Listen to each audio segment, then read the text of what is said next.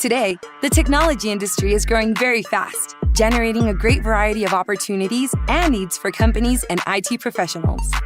QA Minds Talento is a solution of QA Minds Lab, created specially to generate the connection between great talents, great companies, and great projects. If you're looking for new challenges and better job opportunities, enter our platform and apply for any vacancy of your interest. Develop yourself professionally by supporting our partner companies. If you are Mexican, you can be part of QA Minds Lab, working directly with us and getting the following benefits. Labor benefits, 6 additional days with pay for eventualities, access to our training platform, as well as life insurance and major medical expenses. If you are an independent professional and live in Central and South America, we also have opportunities for you. We offer you the option to join different projects of your interest. Do you have a company and are looking to fill IT positions? QA Minds Talento collaborates with you in the recruitment of qualified professionals to join your team, saving resources and increasing the productivity of your company. QA Minds Talento, your connection to new opportunities and new talents.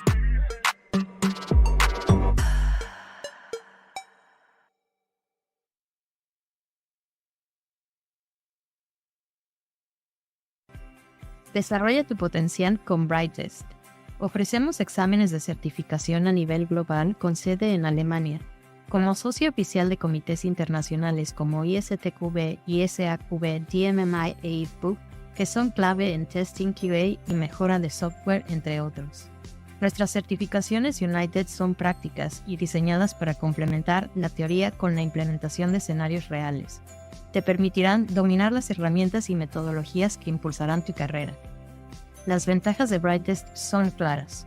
Recibirás tu certificado reconocido y con un registro global, una insignia digital gratuita de Credly para compartir en tus redes sociales, destacando tus logros profesionales y acceso a nuestra comunidad y socios de formación oficiales.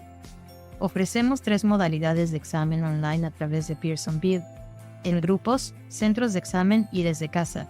Contáctanos y desarrolla tus habilidades y conocimientos con Brightest.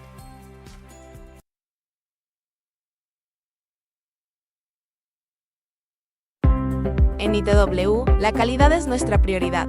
Así es como lo logramos. Utilizamos herramientas avanzadas y procesos rigurosos para asegurarnos de que cada línea de código sea perfecta.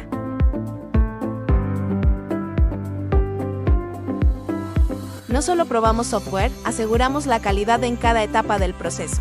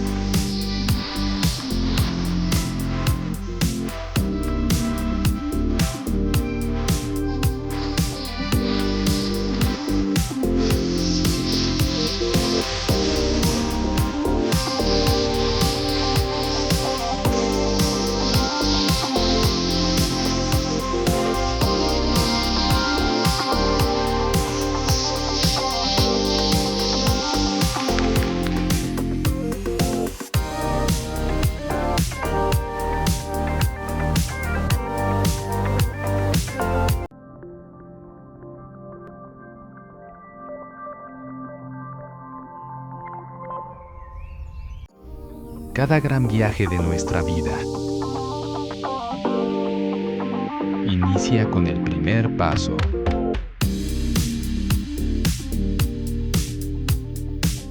Hay pasos retadores. Algunos requieren persistencia. Otros te llenan de nervios. Pero el paso más importante es el siguiente paso. Y si te atreves a darlo, imagina a los lugares a los que podrías llegar. Maestría en Administración de la Construcción. Maestría en Estructuras. Maestría en Ingeniería. Maestría en Negocios de Innovación Tecnológica. Y una amplia oferta de especialidades que complementarán tu formación académica.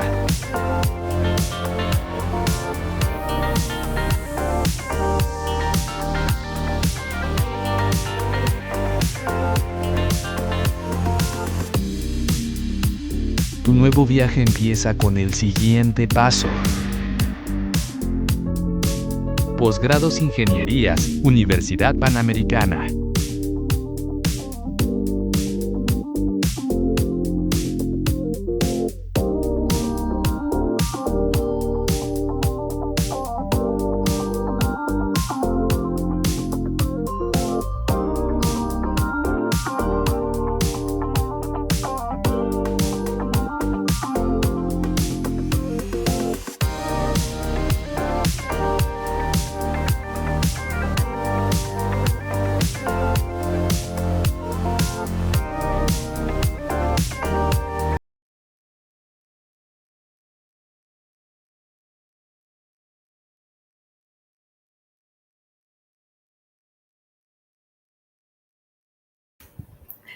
Hola a todos. Hola, hola.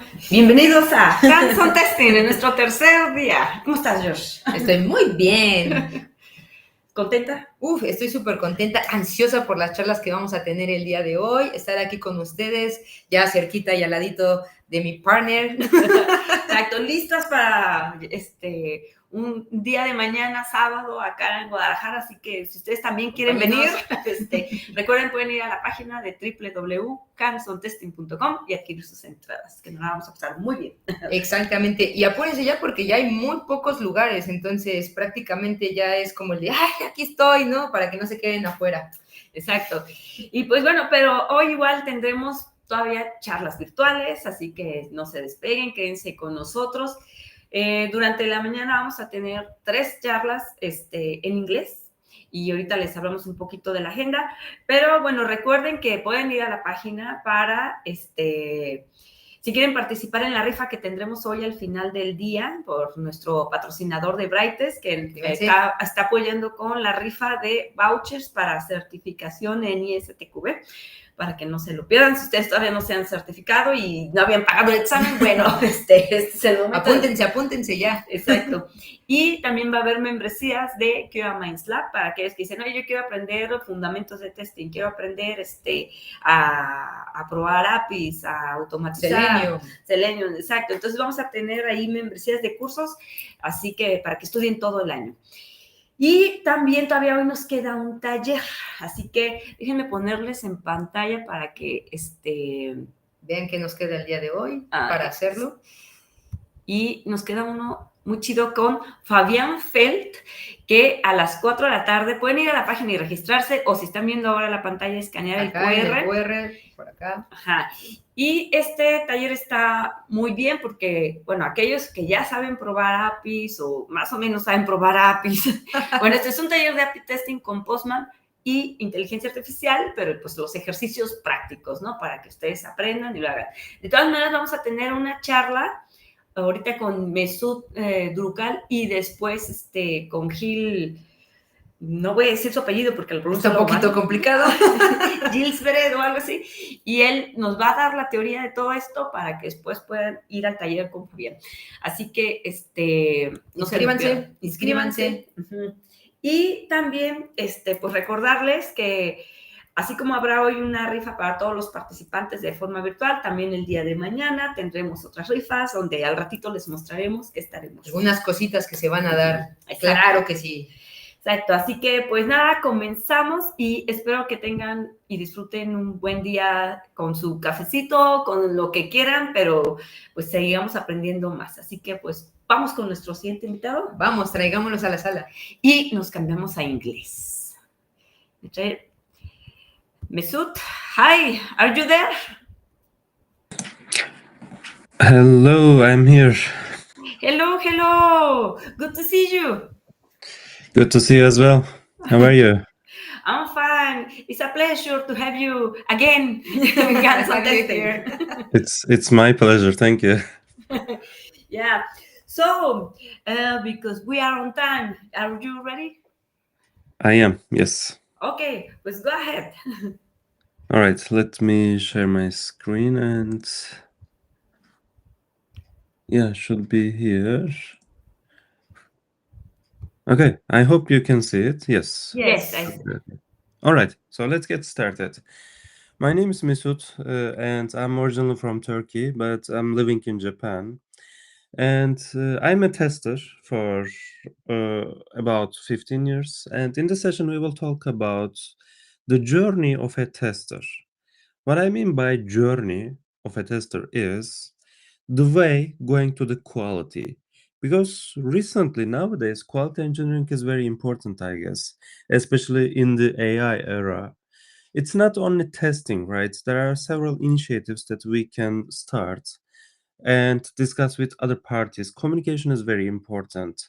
So we will talk to the product management teams, product owners, developers, technical leads, and we can improve the quality in lots of different ways. It's not only executing the test cases, or it's not only raising bugs, but there are several ways. But of course, this is a long and difficult way. This is a not an easy, straightforward journey. So there will be several problems, difficulties, or challenges we will confront in this journey. So I will use several analogies and metaphors from an ancient Greek epic story, which is the journey of Theseus. So in his journey, he had 6 different labors. And in all these labors, we will try to reflect to our daily life as a tester. So let's get started. First of all, I will remind you what this story is about. I'm not sure if there are any people interested in ancient Greek mythology, but there will be several stories related to this journey. So the journey starts with Aegeus, which was the king of Athens in the ancient Greek time. And after having 2 wives, he still did not have a son, which was very important for a king, right? Because the kingdom he wanted to hand over to his son. So this was an important issue for him. So what he decided to do is go to Oracle of Delphi and consult with her. Oracle of Delphi, who was Phthia, was the messenger of Apollo, one of the gods of the Greek mythology. So she explained something to him, but he, as you know, oracles sometimes speak in not in a straightforward way, but in different ways. So he did not really understand what she was talking about. So on his way back, he wanted to stop by the King Thetis of Trojan, and he wanted to ask what Oracle of Delphi might have told to him. And the King Thetis, of course, understood what Phthia told to him, but he wanted to take advantage of this situation, and he encouraged Aegeus to marry with his daughter, which was Aethra. And after this marriage, he finally had a son, which was Theseus. But as a side note, there are some different versions of the story, which says that Theseus actually is a son of Poseidon, which is another god. Because on that day, Athena, another goddess, encouraged Aethra to go to seaside and marry with Poseidon, and this is how Theseus was born. But anyways, this is another version of the story, but we know that Theseus was the son of Aegeus, finally, after his marriage with Aethra. And of course, after some point, spending some time at Trojan, he had to go back to Athens because he was the kingdom of there. So what he did is he left Aethra and Theseus in Trojan and went back to Athens. And since he is alone again over there, he got another marriage with Medea, and he had another child, which was called as Medas. Medea was the granddaughter of Helios, the god of sun in Greek mythology. And we will use this story in the later stages. But right now, let's focus on Theseus, the son of Aegeus, the king of Athens. So after Aegeus went back to Athens, he left a challenge to Theseus, because this was the purpose, right? Having a son and handing the kingdom over to his son. But he wanted to make sure that he's capable of having the kingdom. So the challenge he left to him was he hid his sandals and the sword under a huge rock. So he told Aethra that when Theseus is grown up, like maybe becomes a teenager, he wanted Aethra to tell him this challenge, like find sandals and sword under a huge rock and bring them to Athens. So this is where the story starts, and our analogies will start also. So Theseus accepts this challenge. He says, okay, let's do it. So by accepting this challenge, he is already breaking his comfort zone, because he was already living in a kingdom, right? Trojan is also a kingdom, not like a big kingdom as Athens, but still it was a kingdom. And there were two different ways to go to Athens, from the sea route or the land route. And he knew that land route is a difficult one. There are too many different difficulties throughout this journey.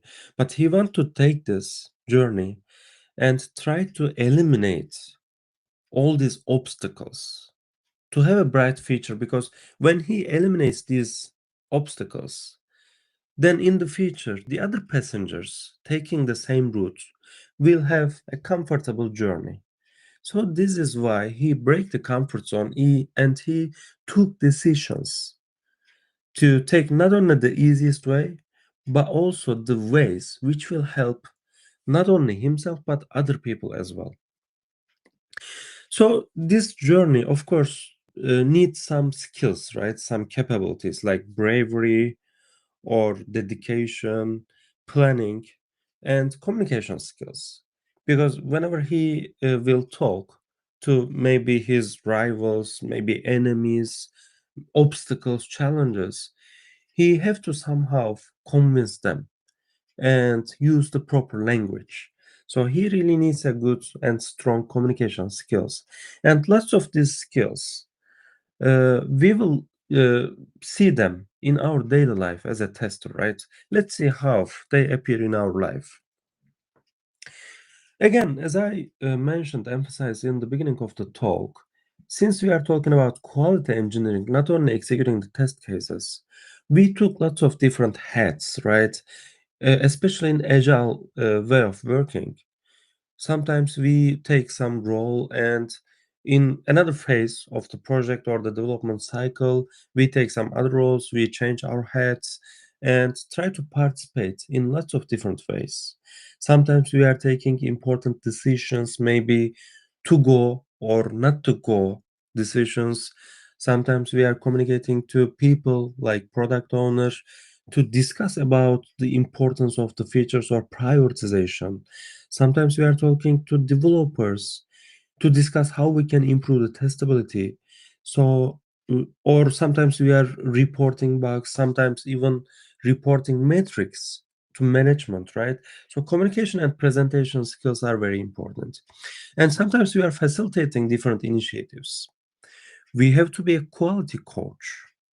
Sometimes we have to teach testing because there are different levels of testing, sometimes end-to-end, sometimes integration, unit tests. So sometimes we have to teach them, to developers, to perform unit tests in their level, in their development activities.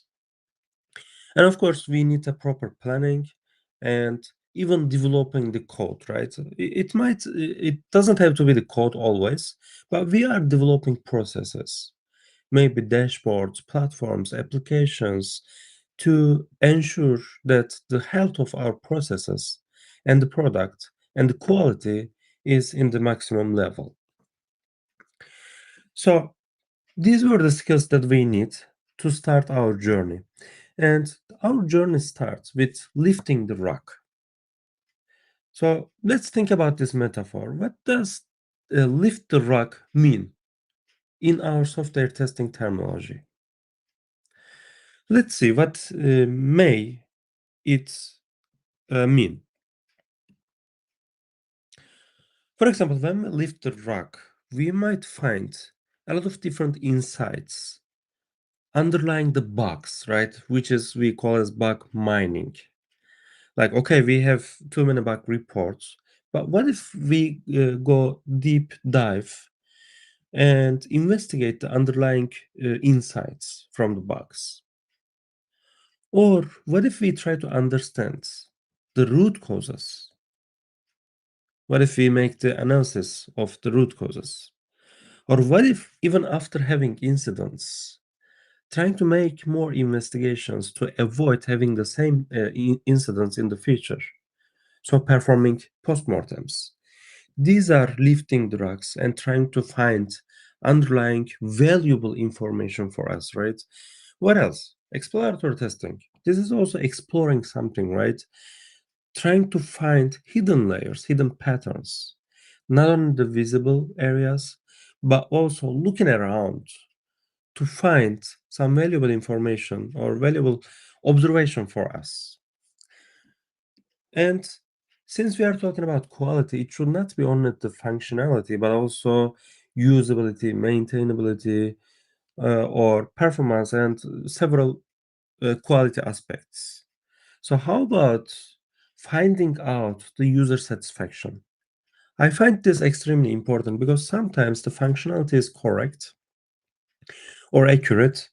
The features you have are functioning properly, they are functioning as designed or as required, but still customers or the users might not be satisfied by using this product or application. That due to several different reasons. Maybe the performance is poor, maybe just the usability is not good enough. Like it is not easy to learn, or maybe that there might be accessibility issues. Again, due to several reasons, the users might not be satisfied by using your product, your deliveries. So sometimes we have to figure out their opinions and their struggles. What would they want to change in the application that we are providing to them? So we really have to figure out this and try to improve the product aligned with their expectations. So these are all very important, but right now I want to a little bit zoom in the bug mining activities. How can we perform these kind of bug mining activities? How can we find valuable information under the bugs? Are you talking to your bugs? What I mean by talking to bugs, like, are you asking questions to them? There are important questions in journalism, right? We call it as 5W and 1H question: what, where, why, who, when, and how. You can ask these questions to bugs as well. When you see a bug report, you can ask what? What happened? How was it happened? Where? In what environment? When? In what phase? in which platform, QA, prod, development environment, or by whom? Who is the question? By which profile? By which type of user? Is it the admin user? Is it the normal user? And of course, how? Like by following which steps? The reproduction steps, right? So these are the important questions. And when you ask these questions, maybe you will find the critical points why we had this bug and why or how we will avoid having the similar bugs in the future. Because I will repeat this a few times, but our aim is not only eliminating bugs, but also avoiding them in the future. So communicating to bugs is very important. What I mean here by talking to bugs or communicating bugs is trying to listen to what they are trying to say us. Because you will have hundreds or thousands of bug reports in Jira or in whatever system you are using for issue reporting, right? But if you just report them and mark them as resolved after resolving them, that will not be sufficient to improve quality. You have to sometimes revisit them to understand, to talk to them, to read comprehensively, and to collect some more insights. So we still did not start our journey. So let's start and see what we will confront and what kind of obstacles we will have. So when Theseus starts his journey, at some point in a passage, the first obstacle, the first impediment, or the first blockage he had was a club bearer, like a monstrous giant waiting for him with a club in his hand. So probably he wanted some food, money, or whatever. At that time, I'm not sure if money was a valid channel, but maybe asking for something for his benefit. Otherwise, he was trying to eliminate the passengers.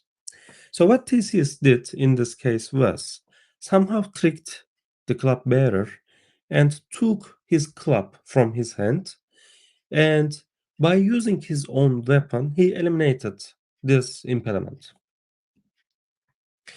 So how can we use this metaphor to reflect to our quality journey? Again, I will start from Buck's point of view because I believe this is an important point to start because there are different metrics that we can track to have an idea about quality, but bugs are one of the direct uh, indicators of quality. If we have too many critical bugs, probably this is an indicator of some improvement rooms that we have to apply on our product, right? So, what we can, the lesson that we can learn from this story is bugs seem to be scary, but if we have enough bravery to confront with them, then, I mean, in terms of this analogy, if we take their club, we can take the advantage from them and we can eliminate them, right? So again, talking in the same language, understanding their language, and understanding the weaknesses of our product, we can better reveal, we can better figure out the bugs or the issues that we might have in our products, and we can easily eliminate them. So there are different things that we can consider or take into consideration or even give more importance to avoid bugs, which are approaches like shifting left, right? Always involving in the development activities in the early stages. And quality coaching. Maybe sometimes we have to discuss with product owners or the developers to improve the quality in different ways. Sometimes it might be discussing about the testability issues. Sometimes we might be discussing about what features to bring under focus. So maybe about prioritization and other quality related topics. Let's move on. The second confrontation Theseus had in his journey was the Pine Bender. So this time, this guy was, if he asks something from the passengers and if they don't accept, he was putting them on a pine tree and throwing away from this by bending these pine trees. So Theseus did again the same approach, like eliminated his obstacles with their own weapons. So he put the pine bender on the pine tree and throw away. So what can this remind to us? What can we throw away from our scope, from our development activities, from our products? So first of all, I would say it would be the technical debt, right? It will be the maintainability or maintenance issues, which is very closely related to technical debt. We should somehow get rid of this and eliminate from our scope. Then, inefficient features. Again, thinking from the user's perspective, being a user advocate, like if there are confusing features or maybe features which are not used by the users at all, then why do we have them, right? Why do we have to maintain them? And again, UX and maintainability issues, which are related to the previous two that we already discussed. All right, we have to get away from this technical debt and get rid of this. But how? We have to continuously improve and eliminate all these quality issues, right? But what should be the correct approach to do this continuously? Of course, first of all, we have to monitor our health and our quality situation, right? Here on the slide, I put two examples that I use almost every day regularly as a monitoring activity from our daily life. First of all, when I'm driving, you have a console in front of the driver panel, right? It's showing your speed, the temperature, maybe the air pressure in the tires, and several metrics, so that you can understand, you can make sure that everything is on track, everything is all right. For example, if somehow the temperature is raising, then there might be something that you have to check out. Or maybe if the pressure in the air pressure in the tires is decreasing, then you have to stop and check it out, what is the problem. Or if you are running out of gasoline or maybe oil, you have to do a pit stop and fill your tank, right? So these are the action items that you understand after monitoring your situation. Or for example, on the left hand side, I'm using another metric set which I'm using while I'm going for jogging. Like I check again, what is my speed, what is my heart rate, or what is the some other range or pace related metrics, and I can understand how much I already proceed or how much more I want to go, I want to run. So how much more I have to achieve my goals. Like I want to go for 10 kilometers today, and I can see that it is maybe 8 kilometers already. So I can plan how much more I should do, right? Okay, I have 2 more kilometers, so I have to arrange my pace, maybe a little bit speed up, or maybe I can understand that I can a little bit slow down, so I can arrange my speed. So this is the a point where I can take action items to complete my journey. All right, this is just an example set of our daily life, but in our software testing life cycle, what kind of metrics we can use? There are dozens of metrics. I will not try to list all of them, but what I will show you is just use some platforms. For example, it might be Datadog, or it might be even again Jira or your project management tool.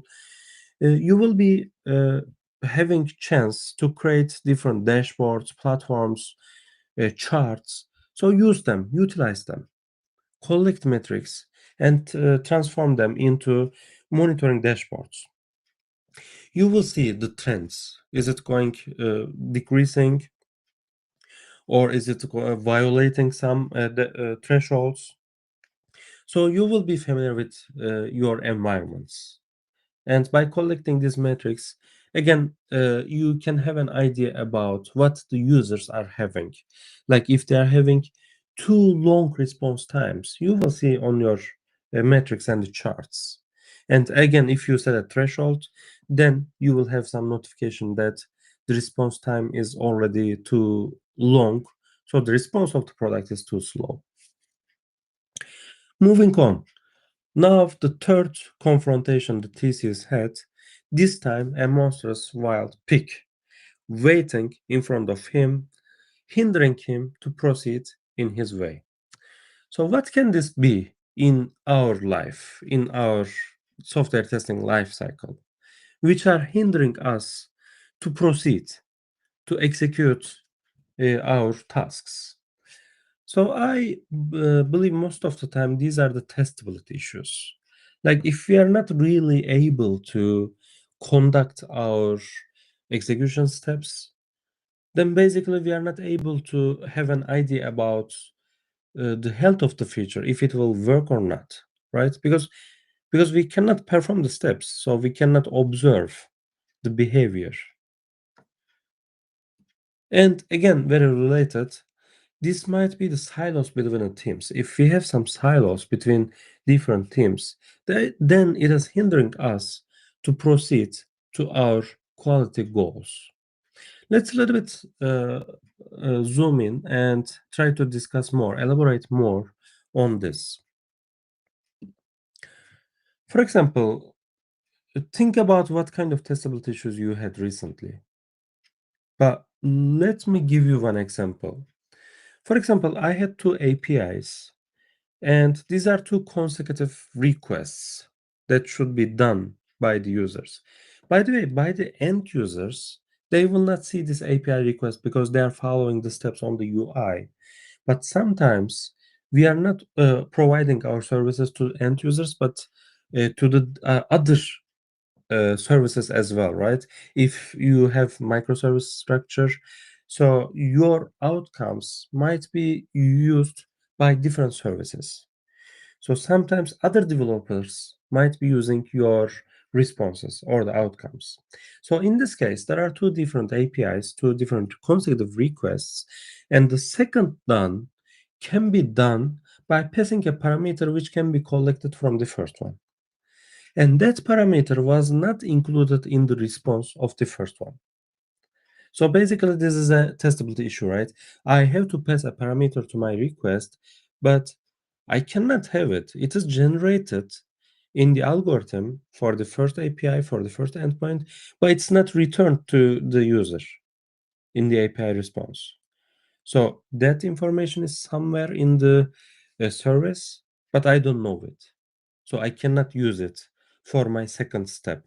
So my second step is blocked. I cannot proceed. Right? How can I resolve this problem? Just talk to developers.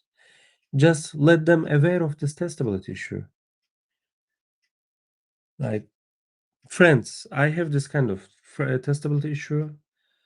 Please update your API schema and include this information or this field, this attribute in your response so that I can read, I can collect from the response, and then use it in my second query or the second requests. So again, we are talking about the importance of communication and being aware of the quality issues that we might have in the future activities, right? If we were following the shift left, and if we already reviewed the API schema in advance before going live, then we would already be aware of this issue, right? And maybe we would already give this feedback even before having this testability issue. So we would not have this testability issue if we didn't have silos, if we already performed shifting left, and if we had a good communication channel. Let's move on. The next confrontation thesis had was man-eating turtle. So at some point, so he is still proceeding to arrive to Athens, right? He starts from Trojan. He eliminated a few obstacles at some points. And after reaching to some other cities, at some point, he saw some old man. That old man asked a weird request, like he asked to wash his foot, to wash his shoes, whatever. And Thesis accepted this offer because he just wanted to manage the situation, right? But when he approached, he actually saw that there was a huge turtle in the cliff. And whenever he approached, the old man would push him to the cliff, and the man eating turtle would eat the victims of this old man. All right, so what could this man eating turtle refer in our software testing lifecycle? Since it is eating, it is consuming a lot, I would refer this to time pressure, right? Because it is consumed very fast. And we have too many things to do in a limited time with limited resources. So, how can we cope with this situation? There are too many to perform in a very short time. What can we do? Of course, we utilize automation, right? And even recently, you utilize AI agents probably.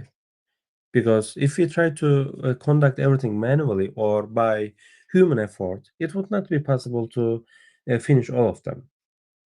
So just use automation or maybe get help from the AI agents.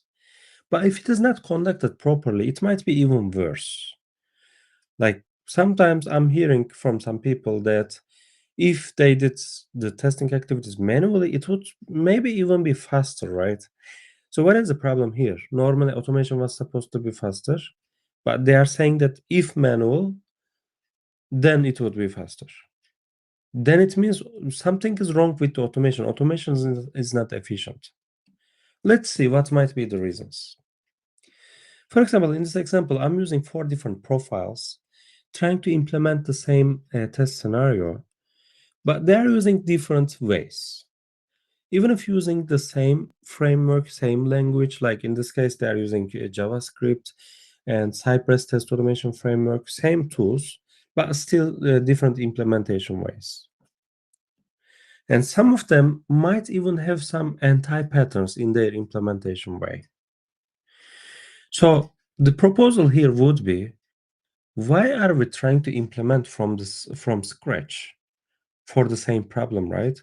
We have a unique problem and 4 different people are trying to solve in 4 different ways. Don't try to implement from scratch. Just try to implement a solution which is reusable by different profiles and encourage them, invite them to use this reusable implementation. So avoid having duplication and encourage reusable modules or implementation components. Moving on, the strong wrestler. This is next. After again proceeding to some other states, he is close to Athens now, but he still have a few more to eliminate. And this time, the challenge was the strong wrestler.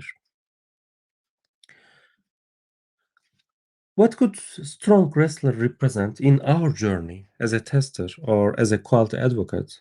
Might be the reliability issues, right? Because sometimes it is really difficult to eliminate.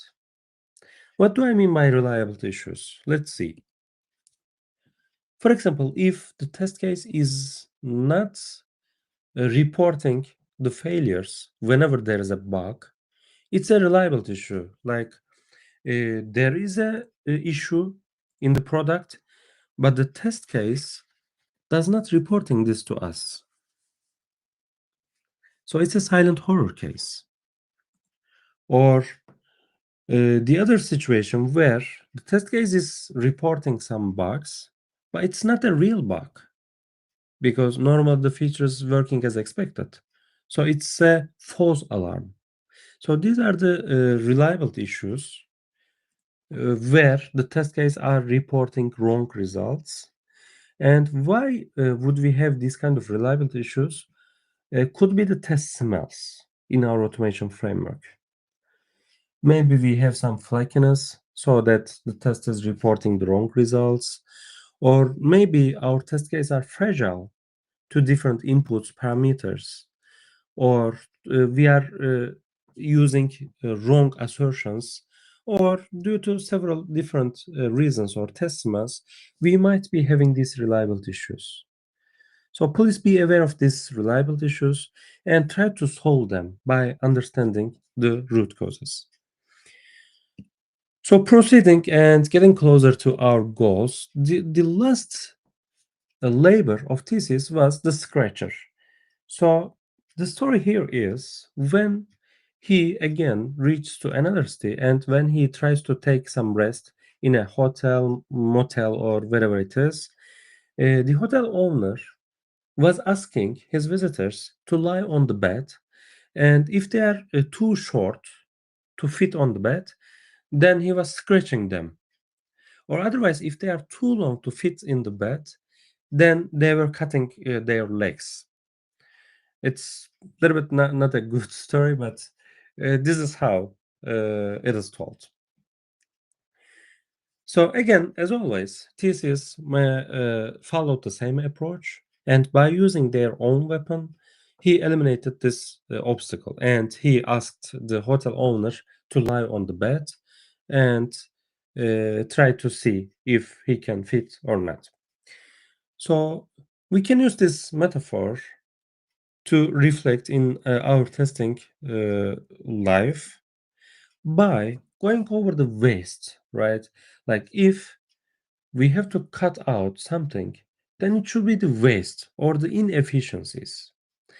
Like if we are following some procedures or some activities which are not efficient enough, then we have to cut out this waste. Let's see how or in what ways we can do this. For example, if we are repeating the same testing activities in different levels, again, sometimes we are doing the same verifications in the unit level and then integration level and the acceptance or the end-to-end system level, right? If we are doing the same, exactly the same verification steps, and maybe if we are not following the test pyramid approach, like we have a very few unit tests, and most of the tests or most of the verification items we are trying to cover in the system level, then obviously it is not an efficient way, right? Because API tests or system tests are slower than unit tests. Unit tests, you can just mock the other services and you can observe the relevant service that you are developing very quickly. It is run in seconds, the whole hundreds of set of unit tests. But sometimes the system test, only one individual test might take minutes, a few minutes. So it's slower, it is more expensive. And if we try to cover most of them in the upper levels in the pyramid, then it's not an efficient way. So please try to consider if you are following the correct approach and if you are encouraging enough developers to cover most of the cases in the unit level, not leaving them to later stages, to upper levels. So again, we are talking about the collaboration, communication with other parties, and even shifting left, right? So let's move on. This was the last labor of Theseus, and after this, he finally arrived at Athens and he reunited with his father. But remember the very first story I told you, it was after his father, Aegeus, returned to Athens, he got another marriage, right, with Medea. So Medea had another child from Aegeus, and she was jealous of Theseus. So she tried to give a poison to him. So he had to watch out about these kind of dangers, threats, and have to be aware of all the potential risks, right? Now we are talking about threats. potential risks, and watching out these kind of observations. So I want to highlight once again the importance of exploratory testing, watching out for the hidden layers. Because I'm sharing some statistics on this slide. Like with the exploratory testing, we can find 11% more defects compared to the routine testing activities. And 29% of those defects or the observations are more evident defects, like a missing button, something obvious is not performed well. So exploratory testing is very important and will give you several valuable insights. Please consider performing it at some occasion. Like you can do it as a team or you can do it individually, but from time to time, please consider doing an exploratory testing and trying to watch out for the potential threats. The very final mission. After settling down in Athens and having the kingdom, as a final mission, he had to eliminate the Minotaur, the bull like monster, to let Athenians survive a long and healthy life without any threats, without any inconvenient situations. So, what is this final mission for us is again letting our users to have to survive a long and comfortable life, right? Without any reliability issues, without any obstacles, without any maintainability issues or usability issues. So getting rid of all this kind of quality aspects. So let's summarize. We went over a journey which started from Trojan and ended up in Athens. And throughout this journey, we saw 6 different obstacles, 6 different difficulties that thesis had to eliminate. And we have to eliminate as a tester in our journey to the quality. And let's go over them quickly and then we will close the session. So, first, we talked about accepting the challenge. This itself is the starting point, right? It requires some skills, and we have to be aware of these skills that we require in our journey, and we have to improve ourselves. This is the continuous improvement, looking to our own skills and capabilities. Then we start by lifting the rock, which means start by analyzing the uh, hidden valuable insights or the information, making our processes transparent to be aware of those hidden information or the valuable insights. Then 6 labors. First, the club bearer. We discussed about the importance of product quality in different aspects. Again, we focused on the bugs because we said that this is a direct indicator of the quality. So we discussed about eliminating and avoiding bugs by following approaches like shift left or quality advocacy or quality coaching, right? Then we discussed about the technical depth and throwing away the other maintenance issues that we might have by following a continuous improvement. We discussed about developing monitoring dashboards, collecting different metrics, right? Then we discussed about testability, the huge monstrous animal hindering us, waiting in front of us to block our next stages. So if we remove this blockage by removing the testable tissues, then we will be able to perform our activities. Then we discussed about importance of time. Man-eating turtle was referring to time as consuming a lot, right? So what we discussed is proper automation and maybe even using AI agents. So, but not only automating itself, but having a proper automation by avoiding duplication and encouraging reusability. Then we discussed about reliability issues, we went over test smells, and finally, we discussed about eliminating waste, cutting waste, and again, encouraging covering most of the tests in the lower levels like unit or integration levels and not leaving all of them to the system levels.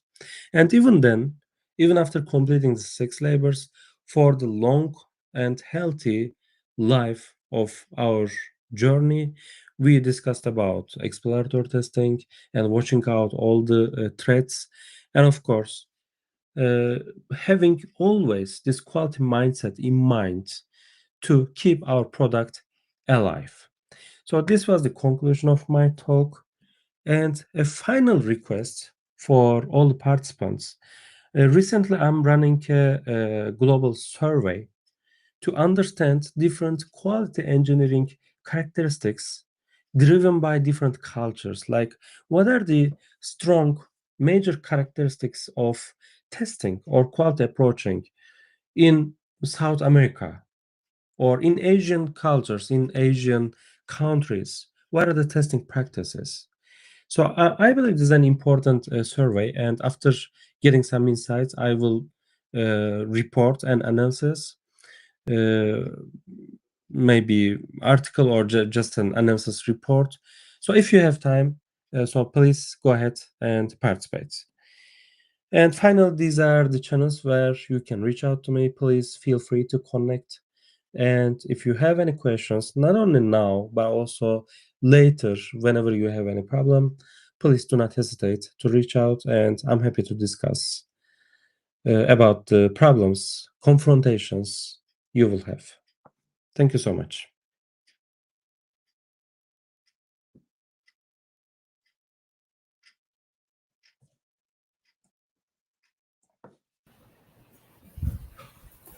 Hi, Mesut. It's very interesting, very important journal that I we we really enjoyed that you put all these theses. Yes, Yes, yes, no yes.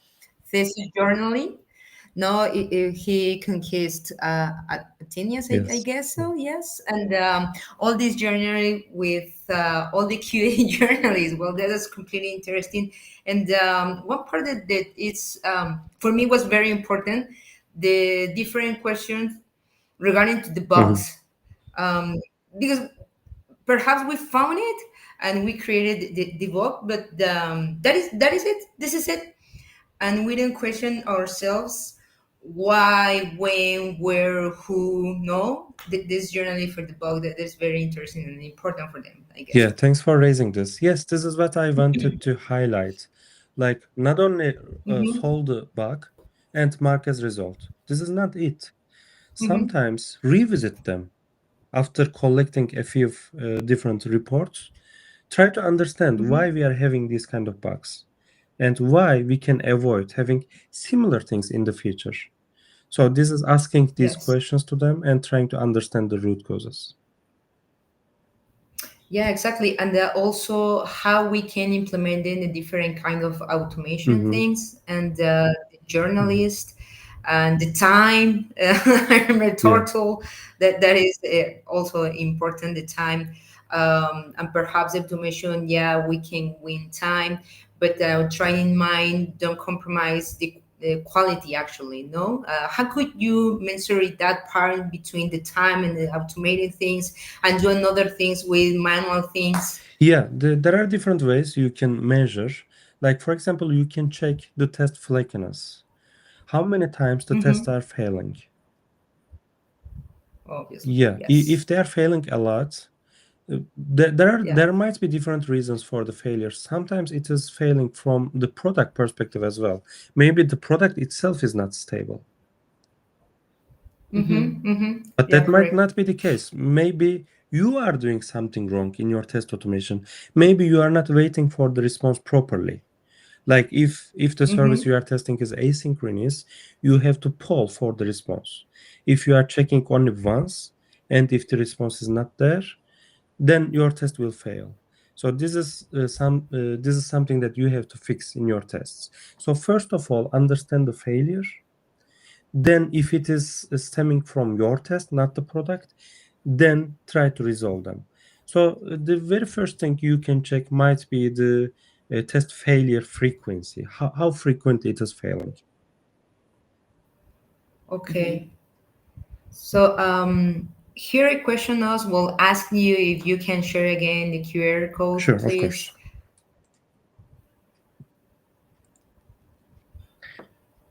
Yeah, again, this is a survey just to collect the observations of different people with different backgrounds. So I'm trying to reach out to people from different areas on the world. There are two different ways to contribute. You can either do a GitHub MR, you will find in this QR code, or just fill a Google form. That will also work. Yeah. Yeah, I have a question, Mesut. For example, how difficult do you think? I mean, I had seen that it's very difficult to others implement holistic testing or do something more exploratory, or if they want to follow their intuition to do the testing, they cannot do that. They need to be Structure thing. yeah, maybe the team is requesting, no, you just need to do this testing. So, in your opinion, in your perspective, what kind of difference we can find in the team that let the tester do more different or implement different techniques, more holistic, than the ones that are just doing So the structure and so for this methodology and no more. Yeah, yeah. yeah. Maybe they are using good techniques, but just these Perhaps. techniques. Yes. I mean, the obvious answer recently we can have is using AI, because the most of time we are spending to conduct our test activities would be probably implementing the test steps, right? So use AI, ask it to implement. This is how we can get some support from them. And after we very quickly implement this test automation, then we can spend the rest of time for some other activities to cover some more steps. And this is why Yes. we are not leaving everything to AI, because we can just fire all the testers and leave all the testing activities to AI, right? This will not work. Yeah. But make a collaboration. Like, use AI, get some help from them, and use human brain to which you can spend on some different intellectual areas. Because automation, okay, ask AI to do it. It can easily do. But the areas where you can use your intelligence and human feelings, we are talking about users, right? We have to get some insights about frustrations of the users, satisfaction, feelings. There, AI cannot judge the user feelings. There, you have to participate, and you can use your time by reserving some time, by facilitating other things, by getting help from AI. Yeah, you have. Well, I think that you are right when you're saying that the AI cannot feel the same way or neither any feeling In this moment. in this moment, or can interpret the feelings, right? But I had seen that as a tester, we know that sometimes we want to express that to the team, like this is slow. No, don't worry. This is only the QA environment. In production, will be Way faster. yeah, or no. But yeah, it's very interesting all the things that you are sharing with us. I don't know if you have other questions. No, I don't have any questions. Impress me that journalists and how you can find the way we can put it at the same thing as QA with Theseus. It was fun, actually. Glad to hear. Thank you so much. Well, Mesut, thank you so much to be here in Hands on Testing. It's a really good pleasure to see you again, hear you again. Same here. I'm not sure, it's maybe the third time I'm joining hands-on conference, hands-on testing. Yeah. So I really like it. Thanks for having me, and hopefully I can Oh. join again in the future. I hope. We hope that If too. not, we will visit you in Japan. Why not? Okay. Well, thank you so much. Thank you. Thanks for hosting me. Bye-bye. Bye. Okay. is here. We really enjoyed it. This talk. Actually, it's one impression how we find a way to put all the journalists for QA into the thesis, no, into this methodology. So it was very interesting that part. I feel comfortable with that, and I feel like oh, you understand me. Yeah, yeah. I told you this is like a session with a psychologist. Yes, You yes. can express. Where is my coffee? I want to say something more. Yeah, yeah. Okay. Well, let's go with our next. Oh, yeah. guest. Yeah, is here. Yeah, he's here. Hello, Gil. How's it Hi going? guys, how are you? Doing pretty well. And what about you? Great, actually. I brought some cats, so Excellent. We love pets, actually. So yeah. actually, I was listening on the last session, and one of the things that I'm going to talk about is about how AI is going to help us, and exactly the Yes. same things. It can speed a lot of things for us, and we need to keep our brains.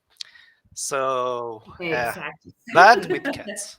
So, No. Excellent. You can start with your talk. Exactly. We're so This excited about it. one. Wait a Okay, second.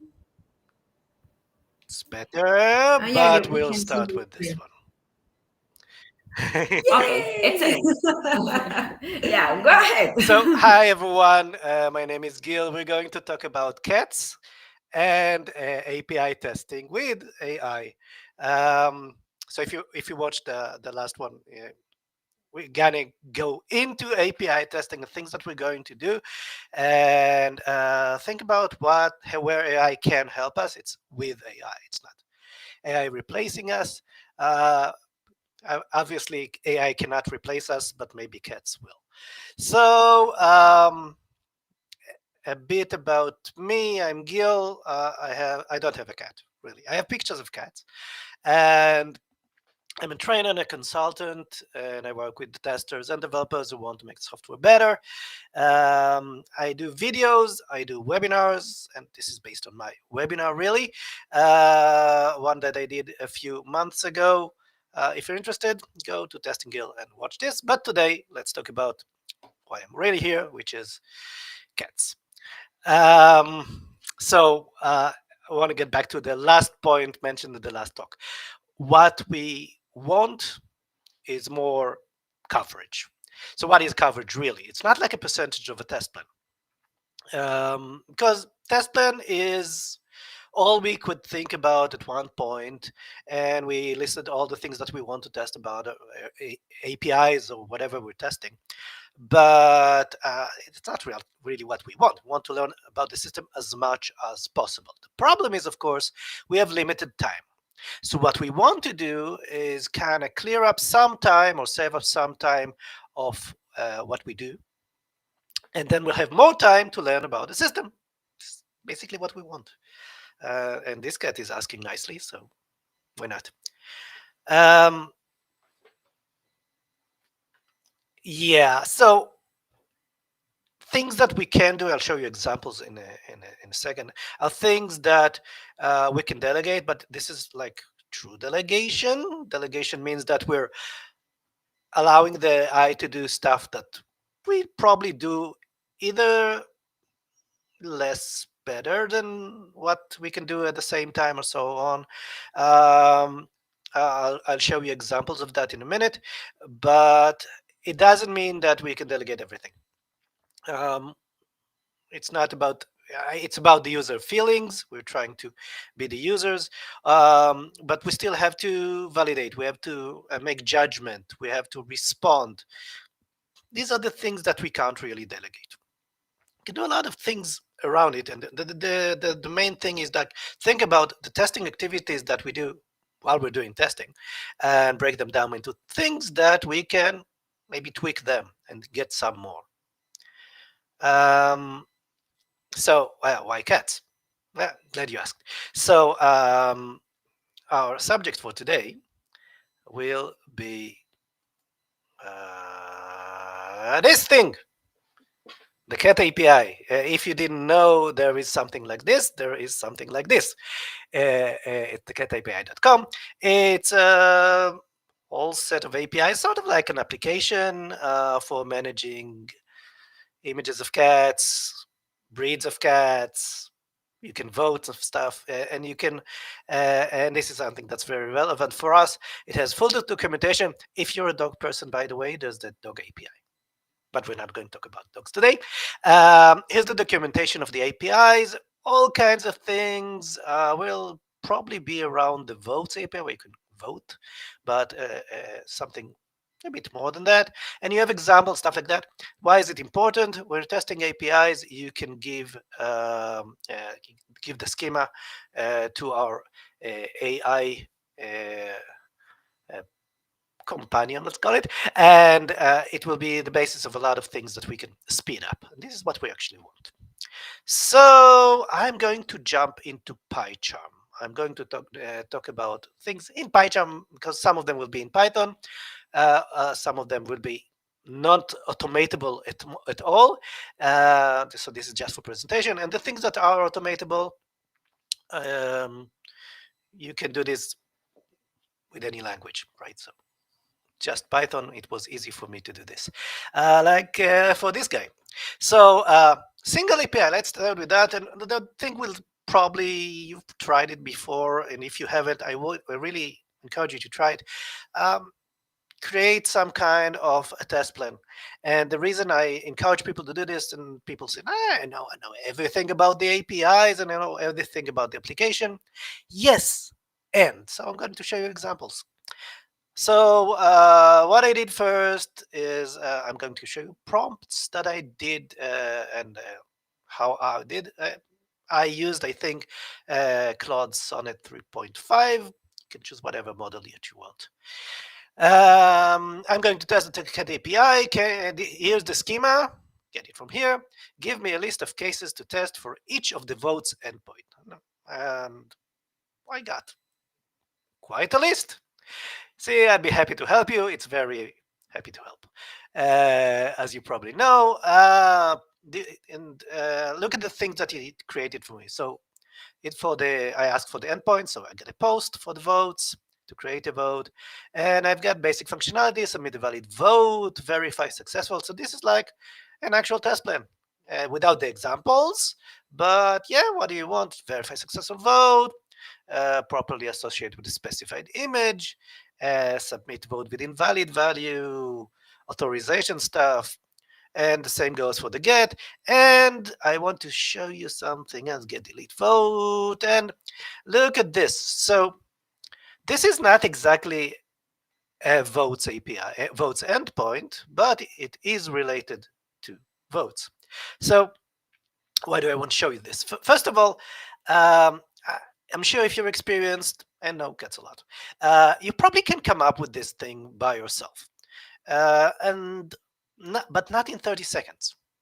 And I'm going to say the thing again. There are things that you might miss because even if you know the application, you're kind of biased. You know it, you know what works, what doesn't, what you need to think about. You might miss some stuff. So this is like a very easy and very cheap way to like think about all kinds of cases in one shot. So this is probably something that is familiar to you. But you see that I got it by the endpoints and the categories in this one. But maybe I don't like it like this. Maybe I don't have a lot of time. And I say, well, you know what? Can you organize those in the following? The GPT, T is transformation. It can do magic with transformation. So please organize it in a different way. I don't have a lot of time. I want to spend my time on the valid cases. And like really 20 seconds later, I got the same thing that is organized differently. And this is like if you're like updating a test plan, you know how hard it is to do. We don't do that. Now we can. Okay, so this is nice, but I know the system, and there's an API which uploads images. And you can upload an image. And I know this is a bit different than the regular CRUD applications, CRUD APIs. So I say, can you suggest cases for testing it? And you're starting to see, when I was working with that, I was actually testing the model.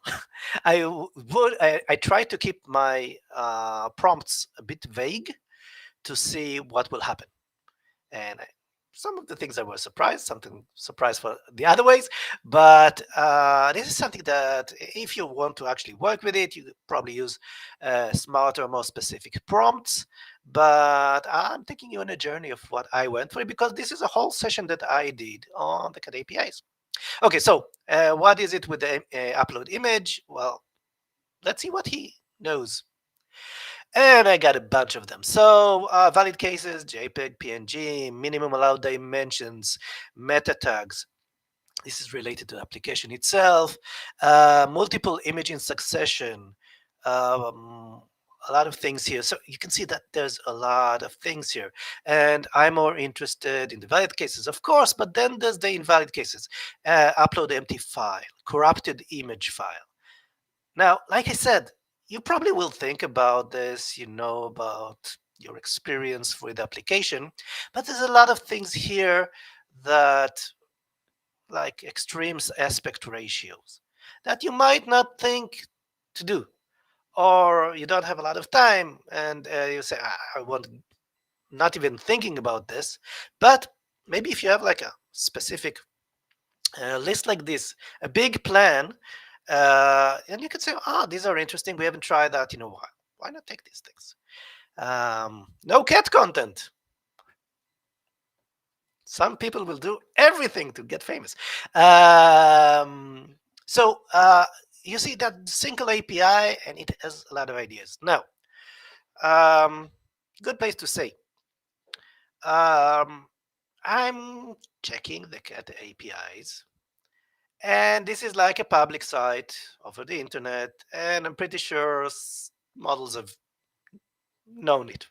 Now, if you're working on your APIs, and if you're testing CRUD APIs, the list that you would probably get is something that will be quite comprehensive, because the internet is full of CRUD APIs, and models have been trained on them. So the quality of the test plan that you will get is probably good.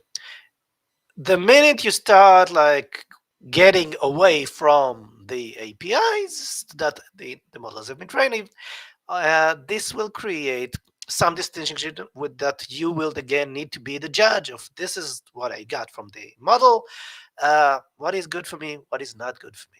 Okay, I probably cannot accept everything if I don't read all the fine prints and decide what to do. Again, human in the loop, we need to decide. We just don't delegate everything. Cool things at rate limiting, uploading. There's a lot of things here that even, like I said, even if you're an expert, these might give you ideas, insufficient privileges, read-only token. So a lot of things, these are just image-related course headers. Like, yeah, there's a lot of stuff here. Okay. I went ahead and said, okay, these are APIs. So which of these cases involves sending non-default header files? And the reason I'm asking is that we sometimes not forget, but we usually test APIs with a regular content type or stuff like that, authorization token, and that's it, because that's what we expect to have to make the valid cases. But you might, it's not like the answer here is that very important, although it has like content type header for multipart and content length and transfer encoding. So again, this is something that you can use as well. If you're testing APIs, some of your plan should include what happens if I use the same, if I call the same endpoints, but with different headers. You want ideas? Get some ideas. Okay, so this is cool and nice, and we do a lot of that, but should we? Because single APIs are nice, but applications don't just call single APIs. They do complete workflows or a set of APIs. So instead of the single cat, let's go many cats. Um, so what I asked was, give me a list of cases of a series of CRUD operations of the votes endpoint, not tests for each one, but a combination of calls. So again, I'm pretty vague here, and I want to see what it will come up with in terms of sequence of calling APIs. And I got like, this was a surprise because you can see that call this and call this and call this. And I was looking at that and said, what's happening here? And then I saw that there's a sequence here, which I asked for. Create a new vote, get all the votes, get a specific vote by ID, create another vote, get votes filtered by sub ID, delete a vote. So it makes sense. It is a sequence that I'm sure that if you've tested APIs before, this is something that you've done. But is it something that the user would do? Users or the applications that call the APIs, and they don't like delete and verify deletion, right? This is a testing thing. First of all, I want to get away from this. This is like a big sequence that does everything. I pretty much don't like these things. I want them split into something more comfortable. So can you show first, and there's a lot of details at this point, don't need the details.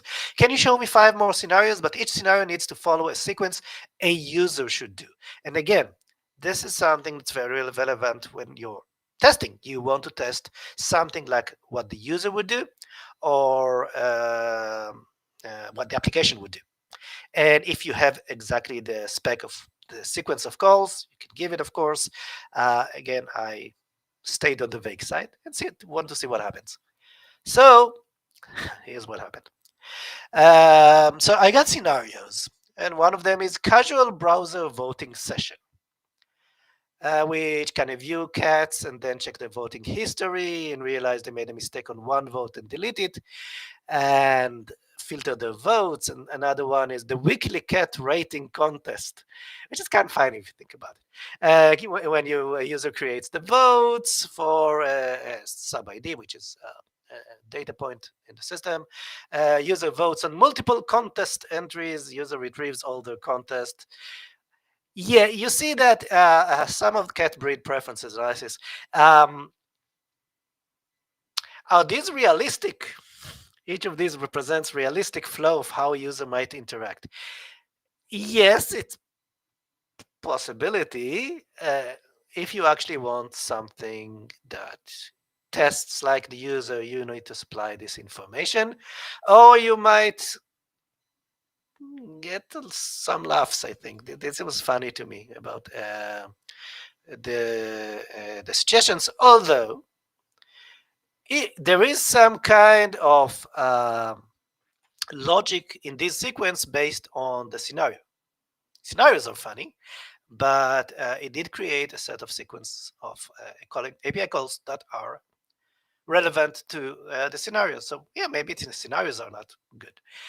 Again, you're the human, you're the driver. You need to see what's happening here, say, this is relevant for me, this is not relevant for me, and go from there. But again, it's a time saver and maybe a comic relief.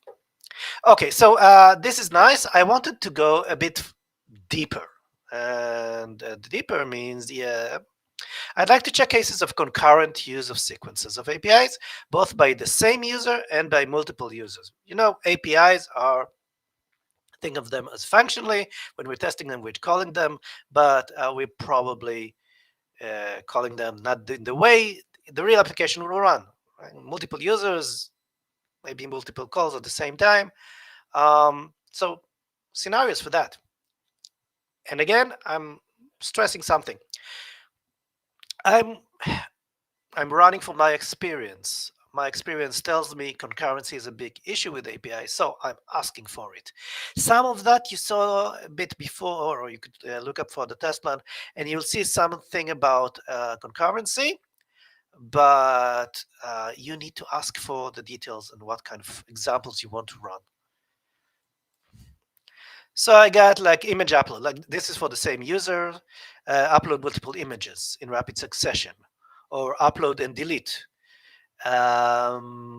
Multiple users can do same image voting, like different voting at the same time, or write and read conflict, like somebody updates one thing and another user deletes it, for example, or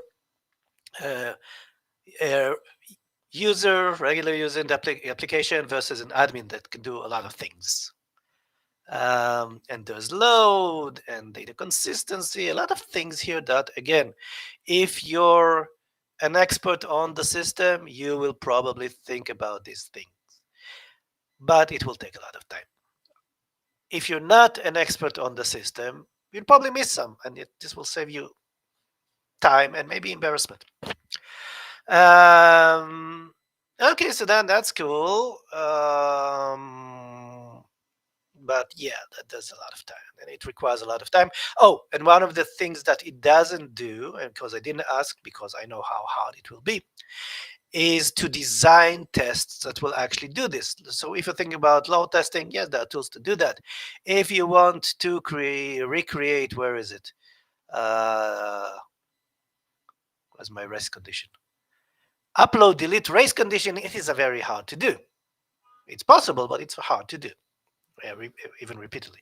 So you have to be aware that, yeah, these are suggestions. Somebody will need to implement them, and that somebody is you. So especially in these kind of cases, which are a bit more complex, suggestions are good.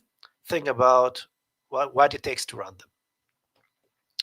Okay, so this is nice. Final thing that I said, well, can you prioritize all the sequences by risk? You can do this by anything.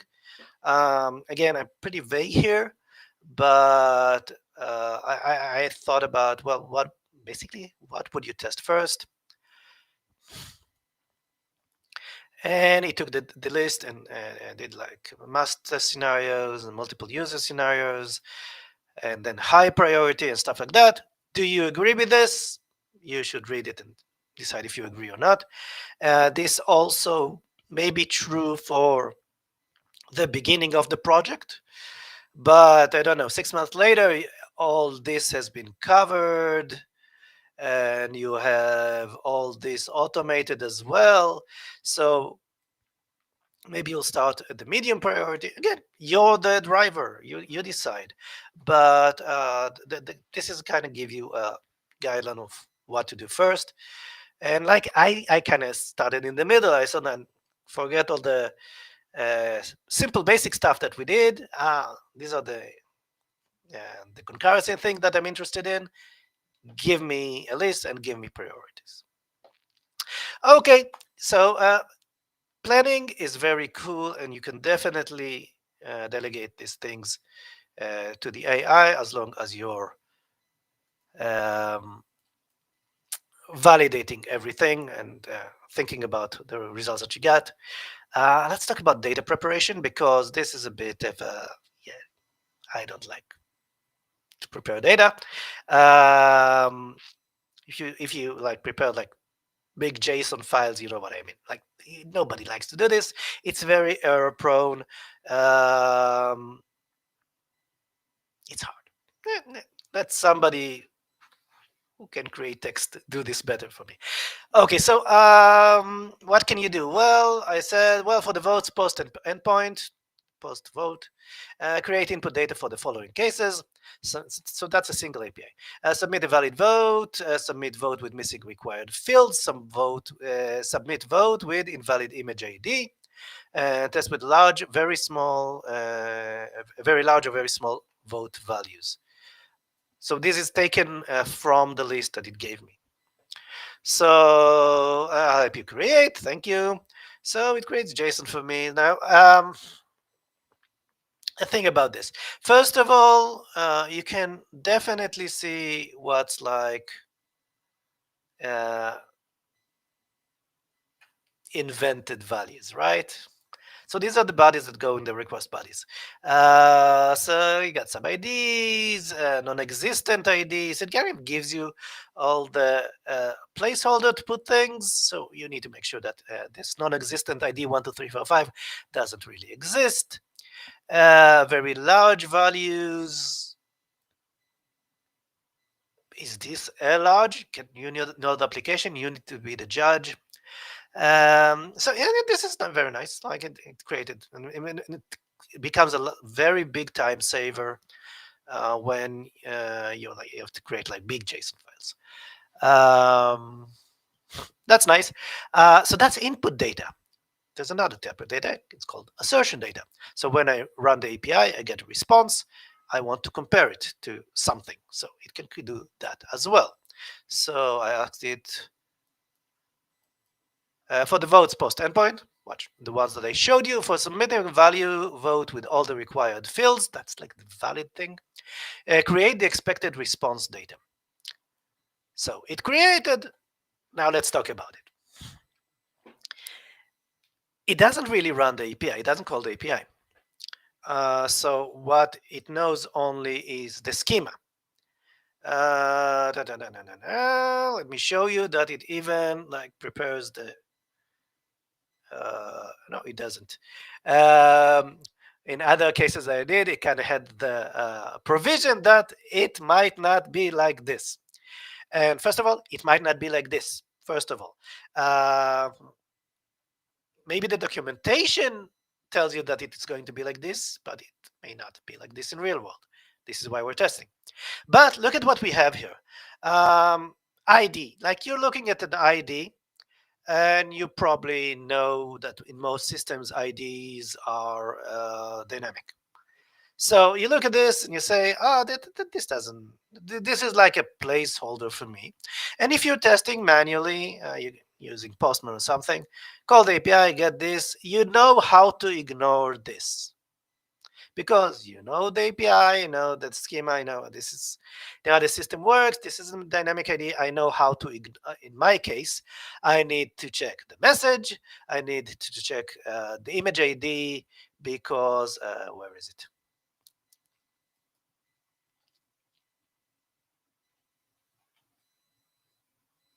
Since I sent this, therefore I expect the image ID to have the same thing.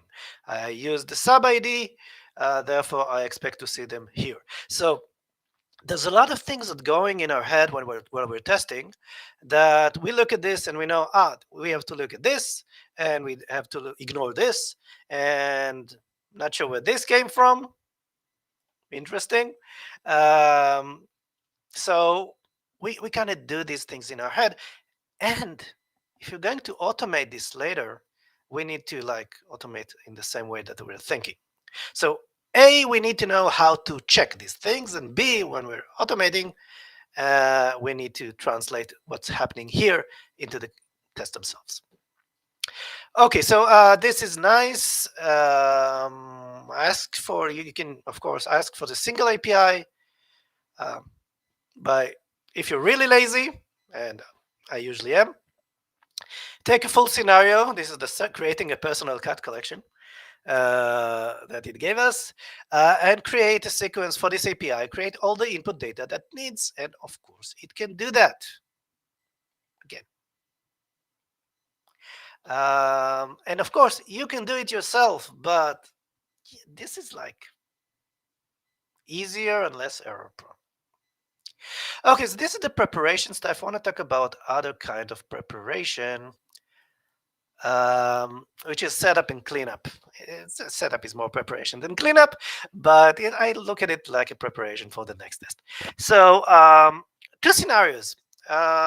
Usually we want to get to a point in the system where something is set up, and because I want to test from there. So and clean up after I'm done, reset it to a point, right? So of course, one thing you can do is to tell Mr. Claude at this point, I want to start testing from an image that was voted for 3 times. Create a Python function using the request library to call the APIs to set that state. And this is basically what I want. And it actually did that. And that's basically a lot of code. That's also a lot of comments. I wouldn't write it like that. And see, get some errors here, but it does run and it works. So, and this was like, you need to check that as well. Not every code that it creates works. But, and this, of course, depends on the model and all kinds of things, specificity of the prompt, but it doesn't really matter. You do get something to automate. The smaller the task that you want, the more specific the prompt. And here I was very unspecific. This assumes that it understands the system from the schema, and like probably you want, if you want to get to a state that you actually want to be controlling, you need to be a bit more specific than that, but it actually did that. Okay, so that's that one thing. Create a function for me to do. I asked it for another one. I also need a function to call after every test that cleans all the images and the votes. And you see, there's I kind of added to the code that was before. This is like this is the cleanup. Where is it? This is the cleanup. It also has up there all the, where is it, the setup that we did. Where does it start? It starts here. So if you're interested in getting to a point, or another scenario is that you want, well, we'll get to that in a minute. But this is like very relevant to how you're actually putting tests. And of course you can, and I'm going to show you how to incorporate that into the test case, because now we're going to do a time jump, because all this was kind of before, almost before we tested, and we did some testing, right? And now we're not done testing, but we have like results.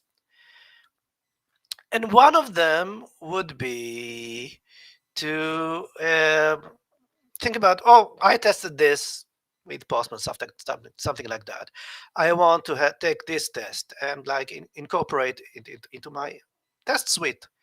So create a test that checks the adding a vote to the count, increases the count of the votes. I know it's very simplistic, but there is some code involved here, right? And some of the code, it actually took my hints from the earlier and took the cleanup test data and the setup get image with test 3 votes, and then on top of that created the tests. So it could be like something that's going to be like take a lot of time to write by yourself. If you're not doing it, hey, okay, but this is something that can help you, especially if you're trying to recreate something, reproduce, give it to a developer that tells, yeah, this should work. So yes, we got this. Like I said, there's a lot of code here. And there's a lot of code to review. So you need to put the stamp on it that actually is what you wanted.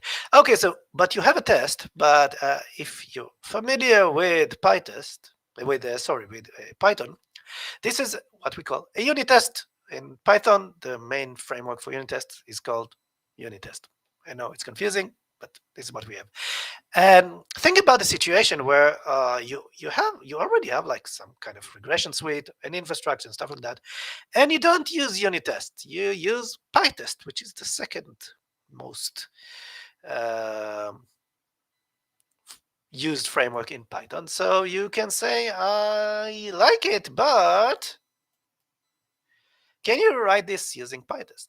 And this is applicable to anything that you might, not just like changing frameworks. It could be like doing all kinds of things. I did this marvelously.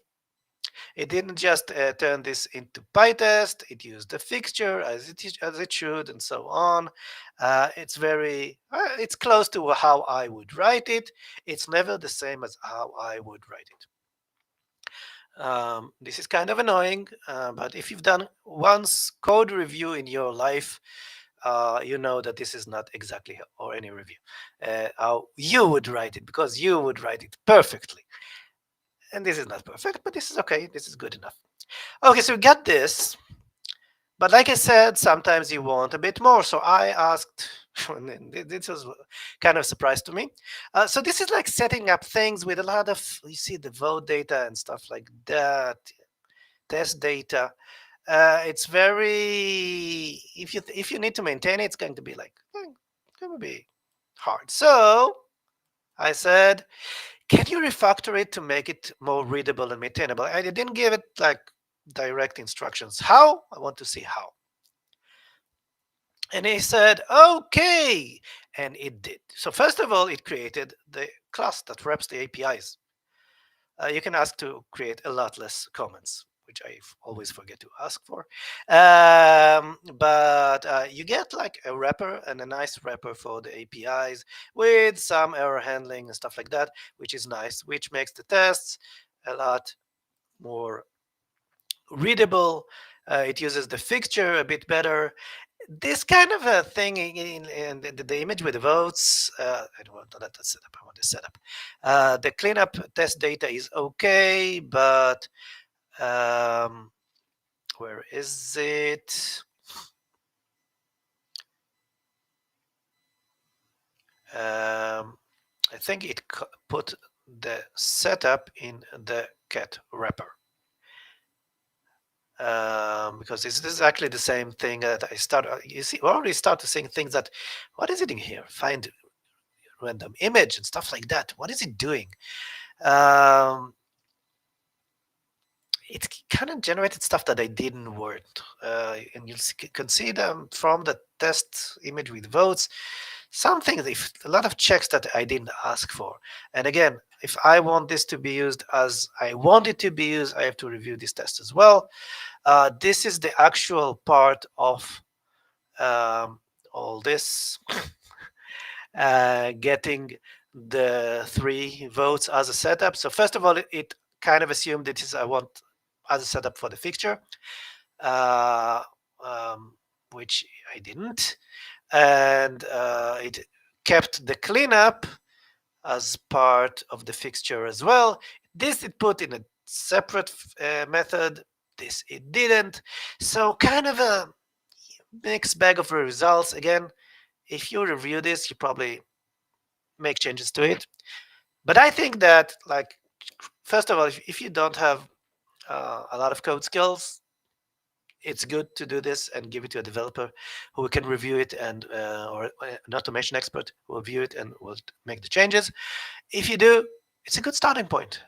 You can look at it and say, maybe it's not exactly how I would do it, but it will take me 20 minutes and it will get to the point that I would write it. So again, it's a big save. Okay, so we did a refactoring. What else do we have? And you look at the tests, well, and you see, I want to show you this. We're here, and I want to show you the add votes. So this test vote counts. And this checks what I actually want. Remember that the count was incremented. But if you look at the class itself, where is it? The client itself, when you do like the add vote or something, where is it? Add vote. It kind of asserts that the status was 200 or 201, according to the schema. Nothing else. And this is another thing that you can get your AI genie to help you. You can say that the cat API add vote method checks only the status code. Update the code to include additional asserts. And it did that. So let's see. See, all this was added. The ID is there, and the image ID is there, and the vote result equals the image ID, and that I sent, and the sub ID is there, and a whole. It actually added another thing. Let me show you that it actually calls the get API after the post API to check that things got actually saved. So yeah, it took like a very big leap here. I'm probably not sure that I would do this here, but better asserts is something that you can comprehensively check. And again, it doesn't have to be completely like it doesn't guarantee it completely would work, but you can definitely increase the checking if you actually tell it what you're interested in. Getting to the point again, create a script that I can run to get me number of votes, which I specify. This is more dynamic thing. Like I want to get to a state, but I'll decide how many votes I want because I want to play with it. I put the system in one test in different states. It created a generator for me. This is quite a generator for me. And if you look, you'll see that generate random sub ID, generate votes. I did this is like taking a giant leap. And I said, okay, that's a very big leap. We did an example of how to do this. It actually works, but it's not what I wanted. But I'd say, okay, I'll go along with this. But this is like a big giant thing. I don't like it like this. And specifically, I want to use a builder pattern for generating the votes. So refactor it to use the builder pattern. So it created the builder pattern. And what you see here, I did the manual separation of the classes, but all the classes are here. So that's a big bunch of code. So builder, you probably know, with something, with something, with something. And the get API client, that's the wrapper. It stays the same, but then you have like image votes distribution, and the main generator is actually doing the generation itself. But like this is like it created a whole applications. You need to be a lot more specific than I was. Actually, if you don't, you get like a lot of things here. And this is like on a fresh module. Please be careful when you're changing things on your things, but it actually works. So this is the analysis part I want to share with you. Final thing is reporting, because reporting is very important.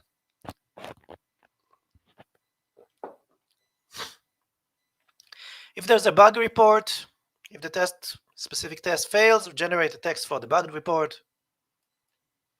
Everything you need and ever wanted. Additional information where it has everything it wanted, except it would do this for you when you're typing it into Jira. Well, why not write a script that can automatically send the bug report to Jira? And it has created code again, a Jira bug reporter, and it has a create bug report, which uses all the text from before, dumps all the things in it. Yes, you have to put in your Jira information. Where is it? The project key and the API and stuff like that. But once you do that, it will send things for you. You can be as lazy as you want. So there's a lot of things that you can actually delegate. Let me get back to my slides. So the whole point is like thinking about what you do now or what you don't do because you don't have a lot of time. And there's a lot of small things that I showed you examples today that you can actually say to Mr. AI, can you do this for me? You still need to validate everything. Remember, what we're trying to do is give our opinion about the system that we're testing or the APIs that we talked about today. And say they are working, they are ready for a release as much as we can. They're working, but with these kind of side effects, we still need to be responsible to what we say. In order to do that, we need to validate everything that it suggests or creates or analyzes for us. And the more specific the prompt that you'll use, the more examples that you have, the more experience that you have, you'll create better and better prompts that will try to optimize these parts of your job that you can delegate. Yes, you have to validate everything that it gives you, but on the whole, you will save time. And this time that you save can be later or now or immediately be invested in testing more and learning more about the system. So what I ask you to do after this week is over and hands-on testing is done and you get your own cat, you go back to your job, you think about, well, what are the things that I'm not maybe spending a lot of time on, but the things that because I don't have a lot of time, I don't even do. Like I say, like I gave up before I even don't do that. And when you think about these things, think about, well, can these be somehow automated or aided by our future overloads? Not the cats, AI. And think about these things and give it a try. You don't have to use whatever it gives you.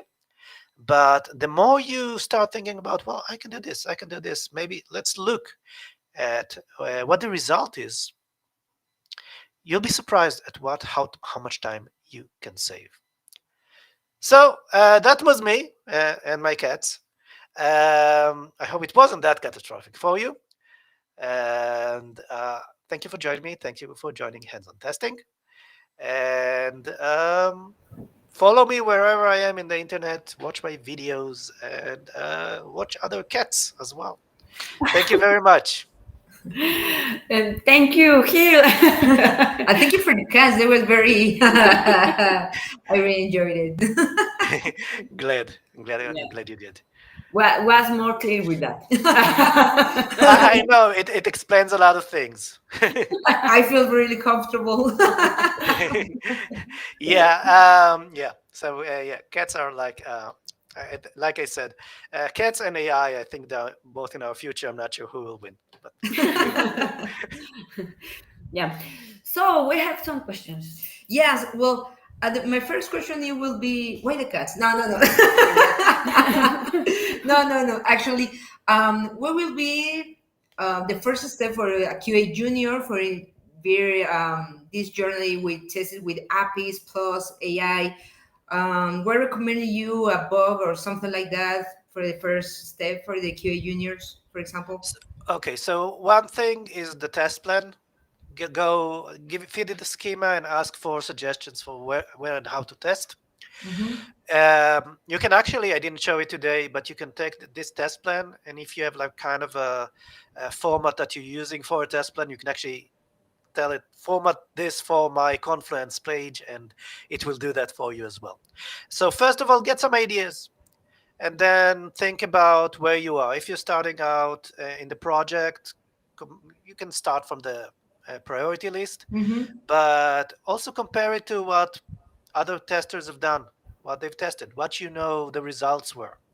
So you can say, I have this whole list, but this is more interesting for me because nobody has touched this area yet. So I would start there. If you have bugs, again, I didn't show this. First of all, you can do a couple of things.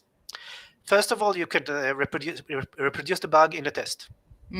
So first thing, do a script that says, well, this is not working, and when somebody fixes it, it will show that it has been fixed. So it kind of saves time here. The second thing is you can analyze the bugs. You can do a lot of things with AI to analyze logs and compare it. This is like a bit advanced, but compare it to other bugs that you have. Maybe statistically look at the history of the bugs, and you can say, this is repeating or not repeating, and stuff like that. So all kinds of things that you can. I'm again saying it. There's a lot of things that we won't do because we think we don't have the time for it. This is like statistically looking at the history of bugs is probably not the first priority of the time that we do have. But now we have something that can help us with that. So it can do it in its own time, and you can ask for a report, and maybe you'll find something, maybe you won't find something. That's okay. But you'll be free to do something else. So there's a lot of things that we can think about. What am I going to do Monday? I'm going to do this. Well, let's see where I can get this help from AI or ChatGPT or whatever you decide. Okay. Have you tried different AIs in order to test the APIs, or just you prefer something or someone? I actually did something not with the cat APIs. But I tried. It's actually in the last webinar I did and future ones. 2 Gemini models, the Flash model and the Pro model, and I asked for a test plan. Okay. Same prompt for both, and it came out completely different. So yes. you have, and this is first of all, this is you're using. You're talking directly to the model. If you're actually testing application that calls a model, like a lot of products are now calling LLMs for their insight, this becomes very indeterministic, very hard to test, very not repeatable. So there's a whole new paradigm we need to actually think about how we're testing these things, and how we, in going back to using the different models for generating a test plan, in my example, how do we judge the quality of what we got? So it's like we're actually, it's a whole learning experience for everyone right now. Yeah, I was thinking, so listening to you and other speakers, it's very important what kind of AI tool, the most advanced, if you can select the most advanced in that moment, is better, right? Because you are saying that it's very different, the results, what you suggest, the tool, or not, and you say maybe it's just a difference. I don't. First of all, most advanced probably is slower. Okay. When we know that. I don't think we have enough tools like you and me to say, I'll say the because in a minute, that to look at different results and saying this is better because maybe tomorrow I run the same prompt and I won't get the same results. Okay. So I can't say that this model is better. The more specific the use that we do, I showed here very generic workflows, and I think this is not going to change for what we need. Then I don't think we have enough tools to say this model is better for us. Plus, if you use ChatGPT, you woke up one morning and there was ChatGPT 5, and it decides the model for you. So you can't even control that. So I don't think this is like something that we can actually do in terms of even if you're using this model for a week and everything looks fine, maybe in the next week you won't get the fine of last one. So it's a work in progress and we have to learn. And I don't think I think stick to a model and see that the prompts that you maybe optimize are working on it, because like I said, same prompts on different models will get you something completely different. Don't skip between models. Yeah, please don't marry with just one AI. Yeah. Okay, so don't marry, but don't marry with it. But maybe a 5-year plan, maybe. And another question, in your opinion, what will be the perfect timing to start to test the APIs, or started with creating the automation with the APIs at the beginning, perhaps doing a TDD, or perhaps doing another kind of pre-programming with the development team, with the testing team. I don't know, when will be the perfect timing? Oh, it's a big question. I come from a TDD background. Okay, so as a developer, I relearned to write tests first, and I think that it was, and it still is, the best way to move quickly Yeah. in a way that you always create something that works. But um, the thing is that what happens with in the last 2 years, and especially this year, generating code has become a lot cheaper. Mm-hmm. Mm-hmm. So you can replace it very quickly. Correctly. Yeah. So what happens is that I think what will happen. It happens, or I think already, but it will happen. We will see that in the next few years. Is that tests or specs will become a lot more important than the code. Mm-hmm. Mm-hmm. So to your question, if you can specify things at the beginning, Uh-huh. I think it will work very well. But this is in terms of the APIs and applications, rather not like TDD and the bits of code.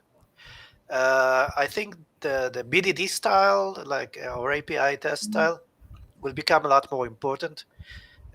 Again, it can be generated, Mm-hmm. but you have to ask for them, and you have to make sure that they actually work for you. Okay. The reason I'm saying TDD, I'm not sure if it will go away, but TDD served a big purpose in making the flow Mm-hmm. of the developer, like test code that works, test code that works, test code that works. With BDD style, that's not the flow, right? You specify at first, and then you fill in the blanks. By the way, you're supposed to fill in the blanks with TDD, but not a lot of people do that. So I think it will, and this is where BDD was sort of successful in Mm-hmm. writing the specs first and then letting the developers fill in the things. And the BDD scripts or specs were examples how the user will use the application. And I think you can generate those as well today. I think what we'll see more though, and Mm-hmm. we're not seeing it today much, is that generating something like in property-based testing, you can create a lot of inputs and throw it on the system to see what happens, right? Mm-hmm. And make sure the properties are saved. I think this is where we're going, because we'll have properties of the application or the APIs. How the code is written that serves this is going to be replaceable. And so as long as you have things that validate this is how the application should work, and more of those, and you can generate now more of those, you kind of lock in the application in place, and then you'll have something like Lovable or Base 44 that will generate the code for you, and then you have specs that will say, okay, this is working the way I want it. Mm-hmm. Mm-hmm. But we're not there yet, so. Well, it will be the way that it should be, but I think this is going to be the way it will be, but it will take some time for that. yeah, But we're not there yet. baby steps. Giant baby steps, yeah. Perhaps. Okay. Well, Gil, we don't have any more questions. Do you want to add something else? No, I think that we're in a very interesting time of, well, like what testers are doing, what developers. We didn't talk about anything about the developers. Their world is changing as well. I just saw like last week a developer working on a machine, and then they started staring at the screen and said, "What happened?" He said, "I ran out of tokens. I forgot how to program." Yeah, they're going. The whole development world is going through changes. So it's not just testers. We're talking about testers today.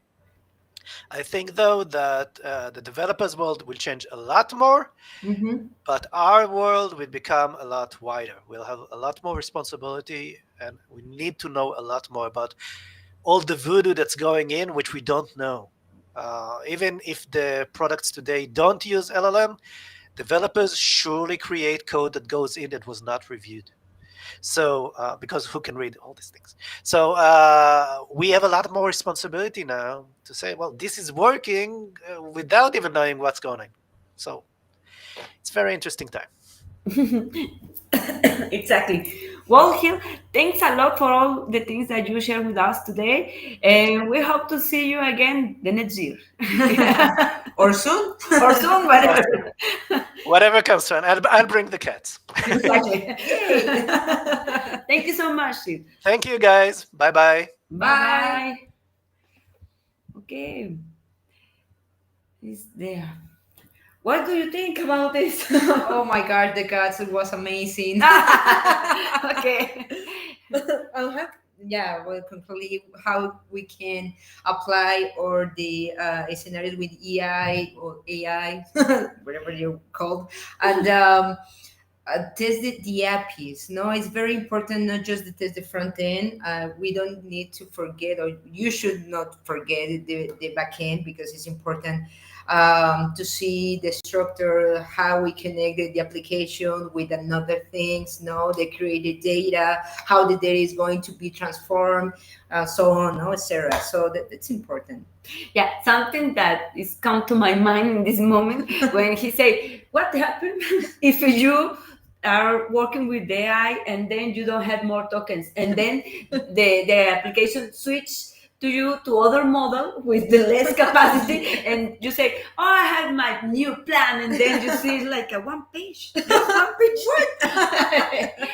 Yeah. So even what happened when you are thinking that maybe you are working right, everything, you are doing a great prompt, but in the wrong tool. Or with the less credits. With the less credit. Yeah, exactly. So be careful with that, people. Yeah. Okay. Well, we are ready for next guest. Our next guest, Yeah. our next speaker. So bring it on here. But before Okay. before this, just to remember to the person that are here, go to handsontesting.com, buy your tickets, or register for our raffle that we will have at the end of this day. And if you want to See us. see us, or get a certification in the ES2QB, you can participate in this raffle. So you need to go to the webpage of handsontesting.com and Subscribe. and do the registration. Okay.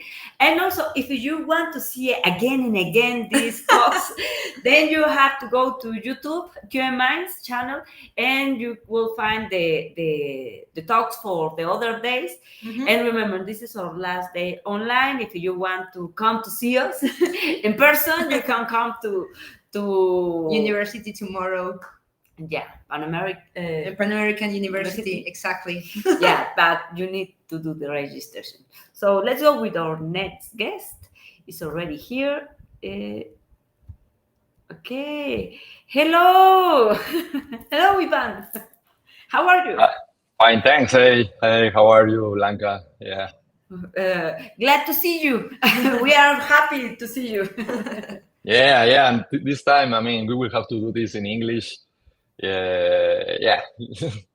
I told about this talk in other days that we are talking now in hands-on testing related to AI, that this is like a trending right now, but because we know the Mute Test team that you are talking about this a lot of years ago. Exactly. So we Yeah. are very excited to hear what you have to say, because if you was talking about AI a few years ago, Predict the future right now, please. What is next, Ivan? What is next? Yeah, no, great to catch up with being hands-on testing presenting this time. Yeah, I have been in different platforms a couple of times chatting, and happy to share, how we are thinking about the future. Like, I mean, as you know, we launched MOOC Test 2020, and always it has been with the idea of using AI to automate testing. the software testing process. So we try to get to be in the now of what's going on, what's possible, what is not possible. And this talk will be about how do we think it will be in 10 years. So, oh my gosh. So yeah, I had... Get ready, people. This is the next generation. I had to use a lot of caffeine to prepare this presentation and say, okay, what's going to happen in 10 years? Okay, well, please go ahead. I can't wait. You can share your screen. Let me share screen and yeah, I mean, usually we have been in Spanish, but this time we'll be in English. We need to put some material on social media too in English. So okay, let's do it in English. But happy to follow up with any questions in Spanish. If anything is not clear, happy to follow up in any of the events or something. But yeah, okay, let me share the screen. So screen is there now, right? Okay, yeah, we can see it. Go ahead. Good. Let me open this thing quickly. 1 second.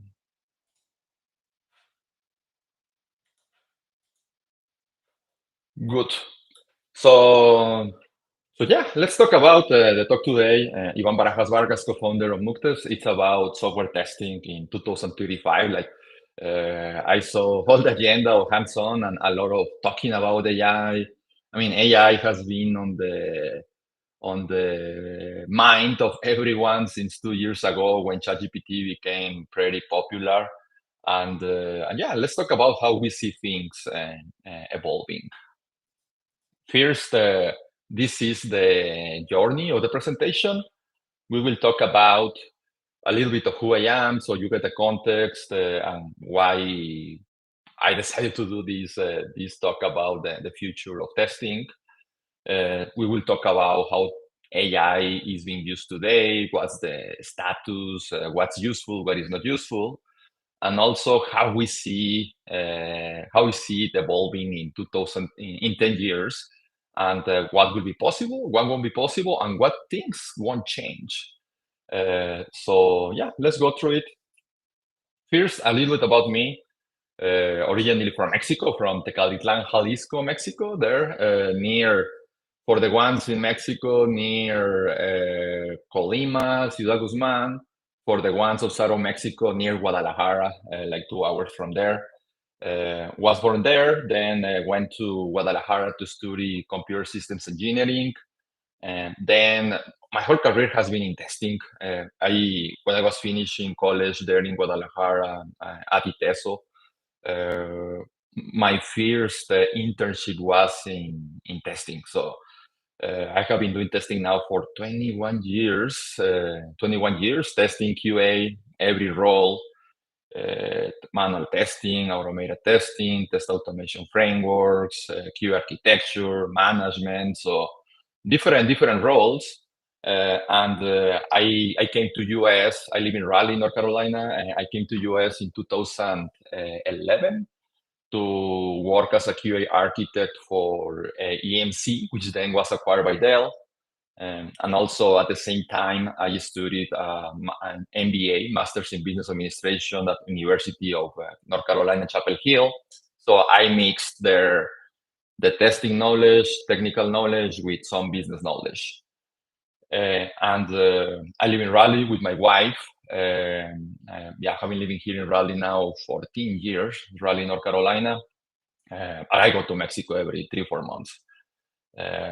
So this is me surprised. Like when I was doing testing in the companies I was working, like I wanted to change things, and I was not allowed. Like I was seeing a lot of ideas and how can we use technology to change things. So I had to found Muktes with my co-founder Renan to be able to make an impact on how we were seeing testing evolving. We launched the company in 2020, and the vision has always been automating software testing, the software testing process with AI. Because as you know, like software testing is complex, and most of the companies just focus on test automation of tests. But no, more things can be automated, and in a sense that to make the work of the day-to-day tester easier, right? So yeah, that's a little bit about me. So now let's start with a little bit of basics that most of you already know, but wanted to set up the base and the framework for the conversation, so everyone is in the same page. First, I mean, QA testing in a lot of places, it's still super confused. Everyone calls QA testing. QA doesn't exist. So let's talk a little bit about the traditional definitions, the formal definitions. QA, as we see it, as I see it, is a proactive process of improvement to prevent defects. So practically, what changes you do? What do you do in the software product process? Notice I said product, not development. In the whole software product process, to have a quality product at the end. So, and I say software product because at the end, the outcome of software development is a product that has to help a user achieve progress. So QA is everything around to ensure that progress of the user is achieved in the right way. And so that's the QA, no? But in a lot of contexts, it gets confused. QA testing, they get as synonyms, and it's not the right thing. Quality control, it's part of QA, and it's ensuring that we inspect the products to catch defects. Testing is the main part of quality control because it requires evaluating, experimenting, learning about the software to report if it has quality or not. So just setting up a little bit of the context there, because usually there is a lot of confusion in these terms in many environments, no? So now, software quality is like Jenga. Like we say, like it's like Jenga. At the beginning, you know, this game, like it's you start with the tower of Jenga, super solid, super robust, and all of a sudden, in the software development, software product process, you start hiring more team members, developers, product managers, testers. No, but the team grows, and that starts breaking the quality of the system. No, like the whole system we have to generate a product of quality starts getting weakened. More things happen that start weaken this Jenga tower of quality. Tech debt, no, the famous ghost of tech debt. Junior engineers not writing high quality code as they learn. AI coders, engineers, not generating great code. Urgent projects, outsourcing, loss of context. So many things start adding these risks to the system as well. We also have migrations and refactoring, no? Like trying to catch up with the technical debt. The software development teams go ahead and start rebuilding the code, refactor, maybe updates. Let's say, oh, Java released a new version, not JS. We need to change the whole UI again or something like that. So that starts adding also risk, and quality starts to falter and weaken. Big new releases, everyone under pressure, that creates coverage gaps. Process changes, more risk. So at the end, what I want you to leave with this slide is quality. You have your process of quality assurance, and different events like these ones start to add risks. Now, you know how testing currently is done, but again, to set up the context for everyone so we can start from the same place as we talk about the future. So testing is currently done. I mean, this is traditional testing, no? Requirements review, test planning.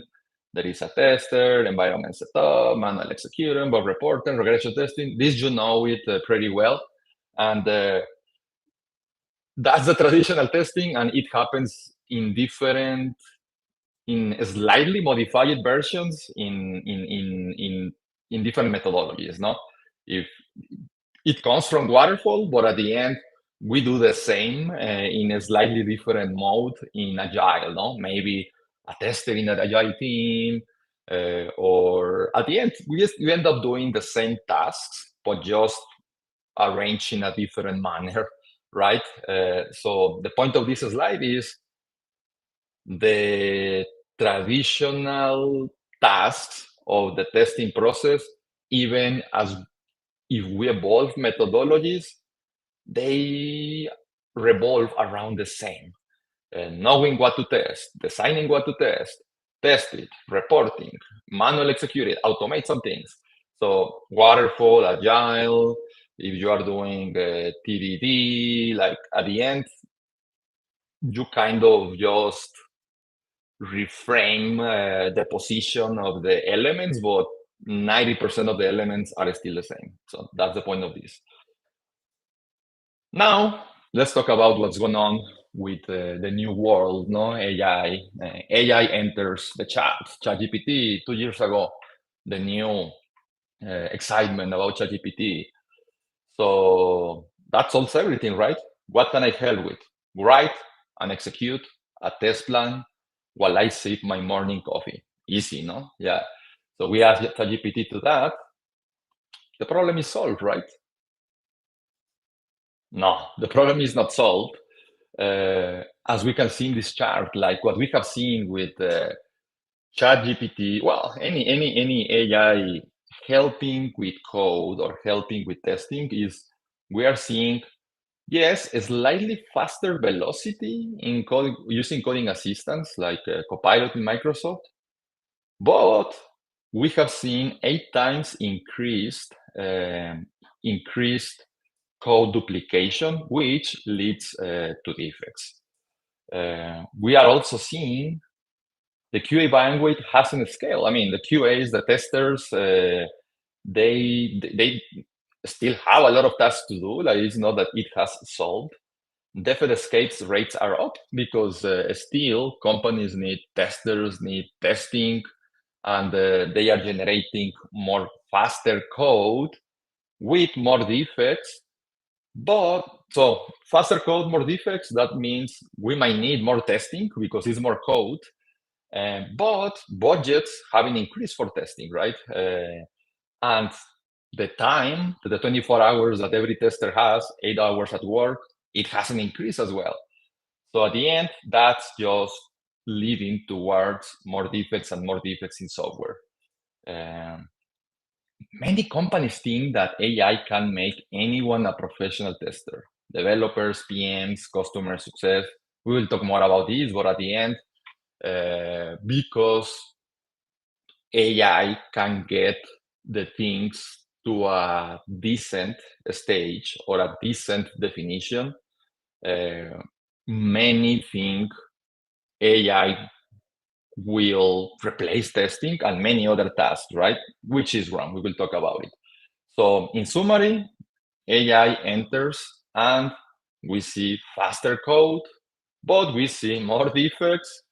The time of testers is the same, no more budget to hire more testers. The problem is just compounding. So we have more to test with the same time or less time because many think that testers and many positions can be replaced. So let's talk about that. Just quickly, the forces driving this change is, as we can see, LLMs are redefining testing. Now we can use LLMs to help us with test design, to create ideas about it, to help in execution. Some people are starting to use it for defect prediction. Other startups are trying in the tech space to fix defects right away. So they are opening the space of what can be done. Release day has disappeared. Like companies are striving to release at any time. And I say striving because since Agile, everyone has been trying to push code every second, every couple of hours. But they are trying. Some have been successful, but still it's not easy, right? But that need is driving the change to use more AI in testing and in any software development practice. Everyone wants to achieve that instantaneous feedback. And the QA shifts from execution to a strategy. So the QA's role in this AI world is shifting from repetitive execution of tasks, not just test execution, repetitive execution of many tasks. No, it's moving from that to guidance. No, for example, like the role is changing from reading the user stories and think about every scenario to, okay, I copy my user story to a AI testing tool and throw me ideas about the scenarios. So now in that scenario, it moves from doing the whole heavy lifting of reading, understanding, crafting to throw ideas, but have oversight on that and strategy. We're going to be deeper in detail on this, but in short, these forces are driving the change to use more AI in testing and other categories. LLMs growing, everyone wants to ship in 1 second, and we can see positive usage in tasks like getting ideas to test, but still we need a lot of oversight.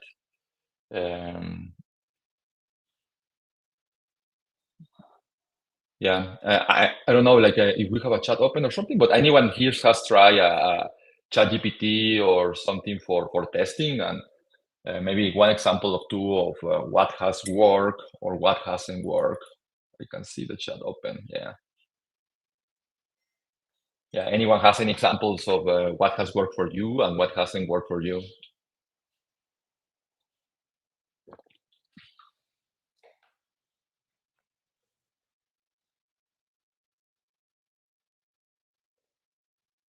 Yeah, throw them there in the chat. Yeah, I see the chat conversation they're going.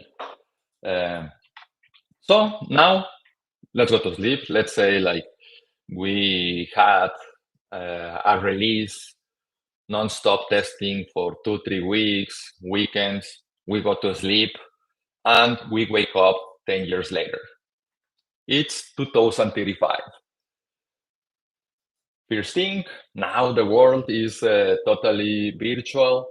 Like we can see everyone is living in an augmented reality and virtual reality.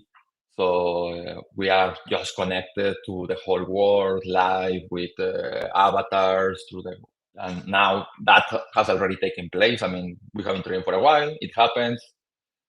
Now or puppies now can debate with us about Nietzsche's philosophy, and now they can cook for us. So the world is getting a lot of progress. And most importantly, Mexico has won the World Cup twice, and Gilberto Mora is now playing in Barcelona, has scored 50 goals. And yeah, so that's 2035. Now, what's happening in testing regarding this? We wake up in 2035, and now we see agents talking to agents, creating agent software for agents, right? So that's the direction of the world. Like agents talking to other agents, coordinating on what should be built, how it should be tested, what's the quality of the software, what's the outcome of the software, and they create software. No, so agents doing everything. That's the direction we are taking. 10 years, we might get there. No, two options. What happens for us? No, where do you see yourself in this picture? Think a little bit about it. Like, what happens if agents are doing everything? No, right now we have seen that they are not doing things perfectly. 10 years, high probability, high about 50%, I would say, that now agents are improving how they do things, and they could get to a world where the software that they create is totally not touched by humans. So two scenarios there. One scenario, AI is already here. They do everything. We just sleep. We just sleep, have fun, do fun things, do whatever we like. That's a scenario one, right? So in that one, no one has a job, practically, right? Agents are managing the world. But scenario two, agents creating software for humans still need human validations. So here the hypothesis is that as far as humans are involved in using software through any interface available, humans still need to be involved in the quality process of the software, because humans know what a human wants. Humans can explore the insights from a human perspective. The more we train agents, they end up being agents. They are being trained with right now with all the information from the internet and some private information or else, but they are still AI agents with no human experience context, no? So scenario two, the second hypothesis is, while software is still touching human lives in any interface, so I mean, we work from web, to the VR, AR code, or chips injected in our brains, but it's software. Still, humans need to be part of that experience for a long time, because humans know humans, no? And the agents to replicate that, it enters this discussion on how much really can an agent do, because there are many human intrinsic characteristics that it's pretty difficult that AI will get right for every scenario. And highlight every scenario because we can see that with 9 billion people in the planet, everyone is different. Everyone has different likes, different dislikes. So for an agent to consume and understand all of that variability, it sounds impossible almost, right? Like they would need to be 9,000 agents discussing to each other, and the 9,000 agents, the 9 billion agents would have different likes and dislikes, right? So at the end, that comes to the hypothesis that a human needs to enter this equation to understand the human experience and still validate the human experience with any software interface. I will go to questions at the end, but let me go through this. But in short, yeah, if agents will be generating everything the software, but if the software touches humans in any interface, humans still need to be involved because it's practically impossible to consume the likes and dislikes of 9 billion humans and get it right. Yeah. So how do we get to the transition as testers? How do we evolve from 2025 to 2035? First, what's changing on QA? So now AI-powered test creation and execution is getting possible.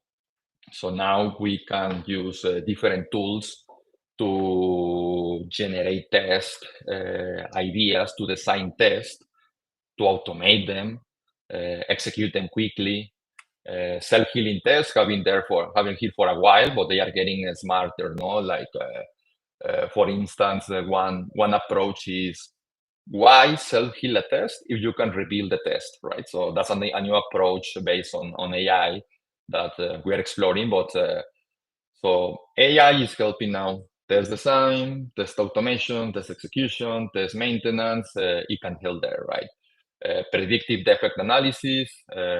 Some companies trying to do that. Hyper continuous deployment. Practically, the goal there is, and it's possible, as soon as there is a change in code, you can test everything and get feedback on the quality of the software. No, that's the goal, and now seems more achievable with AI. New tools and platforms are evolving every day.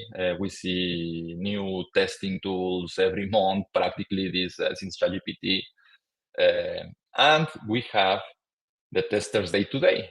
Some things change, other things don't change. We will go in detail on that. First, what stays the same? So these things are basics that won't change for a while. No, like critical thinking and risk analysis is still a necessity in 2025 and 2035. Like we need to critically think and understand the software we are testing, make questions, experiment, explore, user advocacy and empathy. At the end, at the beginning, in one of the first slides, we were talking about quality assurance as ensuring the product process achieves what customers wanting to achieve in a nice way. So at the end, we are working with users. We need to get as testers into the mindset of the user, what problem they are trying to solve, what progress they want to achieve, what is their situation, so we can test the software properly, right? And those three things are difficult for AI to get there, right? So we need to be the users' advocates and practically put ourselves in their shoes 100%, and depending on the role that they have in their companies, and that's easier for us to impersonate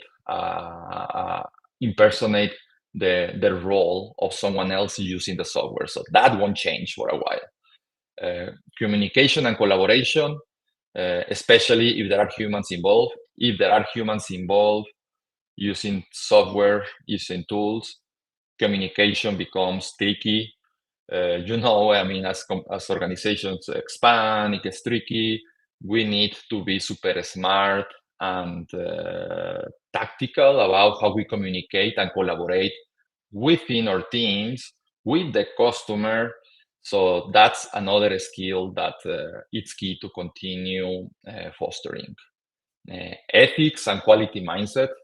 I mean, big discussions on the ethics of AI, like even with guardrails, there are a lot of outcomes that AI has created that kind of put the question on ethics. So now that stays the same. The tester has to be the guardrail of ethics and quality within the AI world. Edge cases. So AI might suggest some, but at the end, the human creativity is amazing, and AI doesn't have it yet. So we need to be super creative about what makes sense to test and how to test it to extreme, right? So these 5 topics will stay the same for a while software is being used by humans, even if it is created by agents. So now talking about this hyper building of software super fast, at the end, we are evolving also into a world where the testing responsibility is not just for testers. So now everyone can participate in the testing process, right? So how we see things evolving is at the end, now with the evolution of tools, different participants in the software product process can, will, and should add value to the whole testing strategy. What do we mean by that? So we are getting to this world of testing everything, everywhere, every time, with everyone involved, because testing is not easy, right? So we are seeing a lot of band-aid tools that, oh yeah, help me test this. It's not a complete testing strategy. It's not deep testing. So they help in some part of the task, right? So at the end, for testing to be complete in the world of AI, everyone needs to participate. So then it is evolving to a world where tools can have an oracle of truth of what is the behavior of the software, what is the behavior of the user, what is the mindset of the user. But that oracle of truth gets inputs from everyone in the software testing process, right? In the software product process. The product manager, I created a user story. Okay, that goes to the oracle of truth. The developer is writing certain functionality, backend, frontend. That goes to the oracle of truth of context. AI agent is suggesting some scenarios, okay, or is exploring, is finding some things, goes to the oracle of truth. The customer is using the software in certain way. It's these are the most used journeys. These are some journeys they don't use. These are the more critical journeys. That goes to the oracle of truth. Customer success. Customers are complaining about the login taking 10 seconds. Customers are complaining about they need 15 clicks to sign up. That goes to the oracle of truth. QA engineer, they oversee the whole system and polish and curate the oracle of truth and add, with that creativity we have been talking about, add those edge cases. Take the position of the customer, understand what they want to achieve, and they become a curators of the whole complete strategy, because now everyone can add value to the quality process in a more connected way with AI. Still, someone needs to own the thoughtfulness of that process, because if we just leave it to the agent to do it, they will generate just average, in the best of scenarios, probably 50% average outcomes. So yeah, that's the work we are evolving to. In summary, everyone will participate in the software quality process, adding to an oracle of truth of how the software should work, should behave according to different inputs, but someone needs to be the smart, thoughtful strategist of quality and testing that curates the whole strategy and the whole tactics that really need to be used. Let me go to the next one. So just food for thought as we get to this, like, yeah, every time that you find a defect, maybe start thinking, what made you notice it? Could AI have caused that defect? So to give you some perspective on things that are doable by AI and things that are not doable by AI, that will start getting you some insights on yeah, this could be easy for AI. Maybe, I mean, a login, I mean, you log in, it doesn't log in, okay, easy for AI. But what if you log in and then your software has integrations with Stripe and 15 more APIs, and all the APIs are interacting, and those APIs are connecting to other APIs, and yeah, think about it, like, and you find the defect there because you thought like, oh, maybe the Stripe API is not talking well to the Twilio API, I don't know. And then maybe in that scenario, AI doesn't have the context that you have as a human tester that can really catch that defect, right? So there will be both types of defects. Yeah. All right. So now, how do you prepare yourself as a tester for the future, right? The skills of the future tester. First, embrace AI as a partner, not a replacement. Definitely, there is value in AI. It's not human intelligence. It's not godlike intelligence. It can boost what you do. So it's a partner to your skills. It's a partner to the way you do testing. It augments the way you do testing. What that means is, if it's a partner to expand how you do testing, the skills you have, something you need to do is sharpen and grow your high value skills, right? So at the end, it's an augmentator. So if you have one skill, it will augment one skill. If you have 5 skills, it will augment 5 skills, right? So you need to augment your skills. You need to foster your creativity. Get exposed to activities that foster creativity. If you think you're lacking that, or you need to do that. Get domain knowledge of the software you're testing. At the end, the AI world when testing is a world of experts. You need to be a testing expert and you need to be a domain expert so you can beat the average outcomes of AI. You need to love the craft and own first principles. With this is like, if you're not sure you like testing, maybe you should look on what you like. You need to love testing and QA because, again, it's going to become a world. It's becoming, and it's going to become more in 2035 of expertise. You really need to know what you do, and to do it right, you need to love it, right? So there is no other way about it. So actually, for any profession, like the way that humans will still thrive in the AI world is you need to specialize on what you love and you like and know the first principles of that and take them, again, augment them with AI to the next level.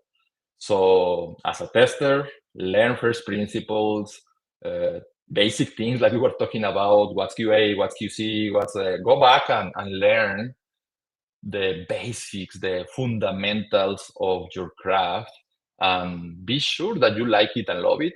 Because if you think, oh, I'm doing testing, but I really love cooking, it's a story to be a chef. That's another task that won't be replaced by AI easily. So the AI world is pushing us to really specialize on what we love. Yeah. Stay user-centric and ethical. Always get into the mindset of what's the user trying to achieve, what progress they are trying to do. I like a lot the framework of jobs to be done is called. You can Google it. There are many. I'm happy to share. You reach out to me some materials on that. But at the end, also as a tester, like job to be done is why the user is hiring the software to do. Like what's the ultimate goal? Like, for example, Amazon. No? Let's go to one simple example. Like Amazon has many features, right? But at the end, the job that I use Amazon for is to buy something quickly and get it in my home in one day, super fast. So I want something super fast. I want to buy pretty easily and fast. So that's the job to be done, right? So at the end, as testers, for any software we are testing, we need to get into the mindset of what's the user trying to achieve? What's the real progress they want to achieve? So that's key. So we can really use the AI properly with the right prompting and else to get the progress we want, right? And also ethical. I mean, we need to teach AI to be ethical, so we are the ethical guardrails of the new world. Upskilling AI tools, prompting, data fluency, CI/CD pipelines. So yeah, as part of this learning, you need to learn what is around it too. And maybe not as deep. I mean, you need to know deep testing principles, QA principles, but you need to know medium level, maybe not deep level, what is around it, what CI/CD tools, how the pipelines work. Prompting is super important now in this world because at the end, garbage in, garbage out. So you need to. That's a saying when someone is trying to analyze something. Like if you put garbage in the input, you will get garbage in the out. So the best way you can get augmented by AI and use it in the right way is you need to know what to ask, how to prompt. So that's another important skill in this world of the future with AI testing.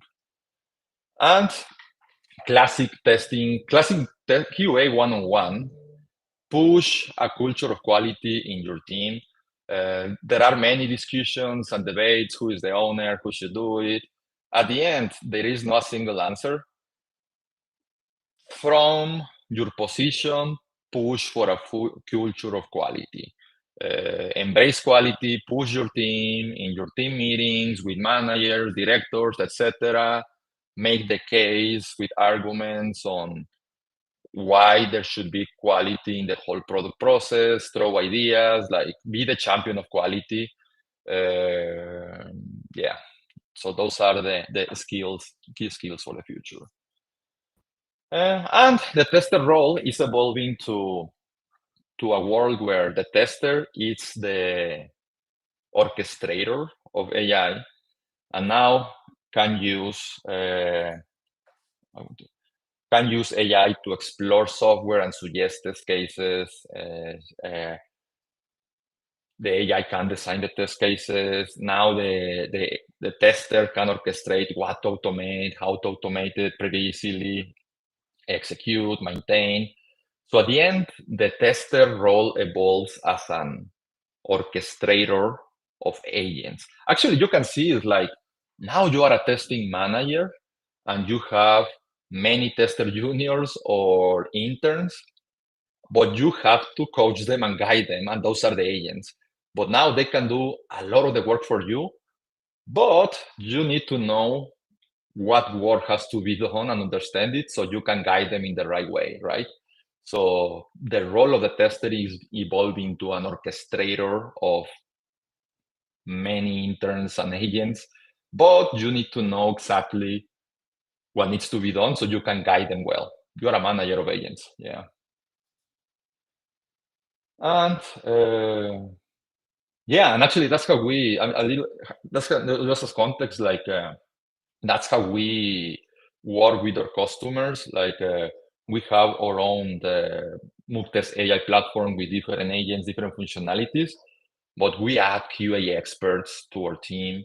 We have testers that take that responsibility of being thoughtful about how to use the tools, thoughtful about the testing strategy, testing coverage, and we use the agents to accelerate that process. But that's how we have been evolving as a company. And just wanted to make this example because we also saw, like, we have the tool, but right now we use our own tool because again, that's what we learned. Like many customers were using our tool, users, but they didn't have testing basics and fundamentals, and they were not getting the best results. So we say, okay, like expertise is still needed. Let's put the expert in the loop from our side. So that's how we do it. Just some context there. I want to leave some time for questions, but yeah, I mean, I can make a demo of the tool or reach out to me. You want to see how we do this tool level wise. But at the end, we have agents that help design test cases, automate, maintain, get insights, and we implement it for our customers. But yeah, happy to reach out if you want to see a demo. Now let's close so we can leave some time for questions. Then common pitfalls of the testing AI world right now. It's assuming AI is autopilot, no maintenance plan. Yeah, AI is not magic. You need to polish it, maintain it, work on it. Chasing test coverage instead of risk coverage. I like test coverage, but it's not all. At the end, the testing has to be driven by risk. And yes, you can test coverage is a metric to see how much you are testing, but the main goal is to decrease risk. No clear oracle for AI outputs. So when you use AI, like AI needs to know what's good, what's not good. So you need to train AI to really know what good looks like. And data drift and leakage. Be aware when you use AI tools about the security settings, the data security settings, and else. So your company doesn't have any data leakage. Like most of them have guardrails, but you need to make sure that you are using the right settings. Flaky agents and brittle environments. Many agents are still pretty bad, so beware of that flaky work. Self-healing meat. It fixes locators, not logic. Yeah, that's a risky one, a traditional one. No, like self-healing fixes the test, but sometimes it could lead to false negatives or false positives. So it doesn't fixes the logic. It just fixes the locator. So beware of self-healing, verify self-healing. Metric soup. On the other hand, some people don't measure anything. Some people measure everything. So at the end, select the right metrics for you, depending on the goals you want to achieve, and align for risk detection. At the end, the role of testing is to give the thumbs up, thumbs down as soon as possible for the product to go to the customers. No, so metrics shouldn't be a stopgap. Governance bolted on at the end. So this is kind of let's put quality all over the process. So not just wait for testing, push your company, push your team to have quality across the process. Tool sprawl and shadow prompting. We were talking about prompting. One of the big pitfalls is bad prompting. Bad inputs will generate bad outcomes. For that, you need to know what to ask and how to ask it. So it's not an easy task. So that's still a human task. What to ask, how to ask it. AI doesn't read the mind. English is the new programming language. But you need to use it assertively and clearly. Demo-driven adoption with no ROI model. If you implement AI, you start using AI, try to match it to metrics of return of investment on time, how much is saving you, so just to make sure that you are not wasting more time.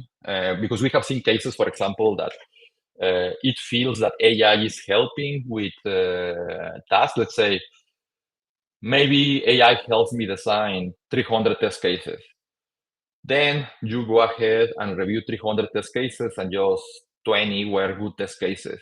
But you use 8 hours to review 300 test cases to just get 20.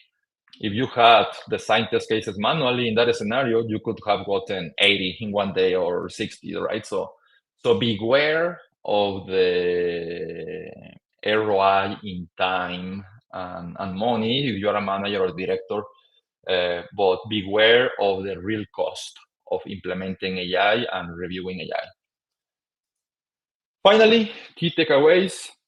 AI coding assists boost speed, but also amplify defects. So AI coding, more code, more defects. AI is a partner, not a replacement. So we still need humans in the loop to be the smart users of AI, even in 2035, when agents create code. If humans are involved, we still need humans making the final quality verification. AI shifts testing from execution to strategy. So all the manual tasks will be automated. And then we need to review that. No? QA shifting roles. So now QAs are managers of AI. You need to be smart how to use it. Critical thinking always stay the same. future testers and hybrid skills. Yeah, you need to have hybrid skills, a lot of creativity, prompting as good excuse, and measure what matters. So that's it. Thank you. Opening for questions. I think we have like 8 minutes for questions. Yeah.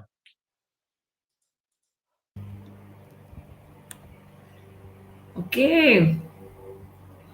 I want to, please don't stop sharing your screen because these key takeaways are important to discuss. Something that, I don't know, maybe the past year, everybody was scared about the AI, right? It's going to take our jobs. But now, in this day, we know that now the AI needs our help. Not just to be like any kind of tool. It's more like even if we want to have a great tool as AI, we need to train the tool, we need to iterate with the tool, and also increase our own skills. Because if this train for this AI tool is not good enough, we will have like a AI baby. Right? Yeah. So, for example, in your experience with working with AI and all these years, how many years somebody say we want our own AI tool to do our work, whatever is code or is AI, but they want agents with like an expert in their own product, right? So how many years, I don't know, expertise, or how many people involved in this training you have to involve in order to achieve something really good to help you? Yeah, that's a great question because I think the tricky part is AI trick us to think that it's easy because you can go right now to ChatGPT, ask something, and it will give you something that makes sense, but it's not complete. So you ask in years, and yeah, at the end, it takes years of training of the models with the specific test cases, giving them feedback, and it takes a specialization and focus. So, I mean, for us, like we started 5 years ago, and we started first with an expert system, more symbolic reasoning, that a lot of rules like, if you find this scenario, test X, Y, Z, and automatically we were creating tests. Then we added machine learning and started training our models. Then LLMs happened, which accelerated that. So now we have all the models there, but still what we'll discover with LLMs, they have a lot of knowledge, but they are general, right? So what we had to do is, now I'm talking product design, but we had to add an agent trained as a tester that coordinates the other models, we could say. And that agent has years of data and experience to make the right decisions. So to your question, yeah, and I think the tricky part or risky part is it makes it feel easy. That I'm starting to see many companies going the way that at the beginning, remember when Selenium ID came, 2010, 2009, 11, oh yeah, it's just clicking around. Let's automate everything. I'm starting to see the same kind of events happening. Like, oh, hey, yeah, it's easy. Let's go to ChatGPT and automate everything and recreate. They are at the end, 6 months in a project, 8 months in, the companies realize like, oh, I'm just reinventing the wheel. This is tough. I really need to hire 3-4 machine learning engineers or prompting engineers to really teach the AI to do the right thing. So yeah, it takes months or years to do it right, and a lot of iterations. And the tricky part is that it seems easy, and you might realize it's not easy after you are 6 months in a project and say, okay, I quit. Let me hire an expert in. Let's go to the Selenium example. Let me hire an expert in Selenium and outsource everything. Yeah. That's what we are seeing there, yeah. Yeah.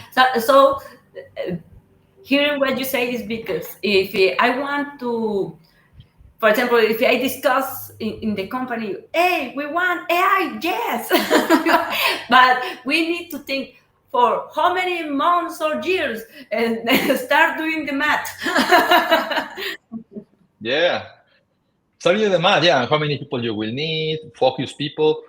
Actually, it's again like developing another product. So if you have a software company and you're developing your own software, and you say, oh, I want to use AI for testing, you need to hire 2-3 full-time people to polish it and do it in the right way. So to your point, Blanca, about how many years and the calculations of how long and how expensive, if you want to do it right and do it from scratch, like get one of Anthropic, Claude, or GPT, you might need to hire 3, 4, 5 people full time to create your own version of AI for testing. Okay. Yeah.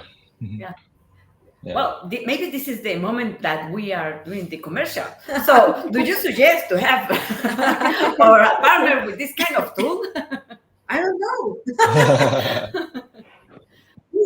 Yeah, actually, what we discovered is like right now we don't have the tool open for the public in general. Like we implement it for our customers, so we have QA experts in our team, and we implement it. Because of that we discovered that at the end AI needs fine guidance. So fine guidance can just come from an expert. So yeah. So yeah, the commercial would be, if you are thinking implementing your own AI tool, don't. Yeah.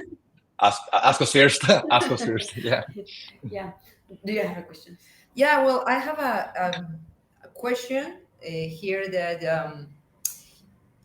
I feel like IA, sorry, it's going to be into our companies and into our projects and into our lives also. But what will be the future for QA exactly, and how can we prepare it right now to getting into 2035 in your vision? Yeah, good question. So how we see it is like at some point the software will be created purely by agents talking to other agents, but that will be agent software for agents. Oh, the alarm! Run! Yeah. Sorry. And then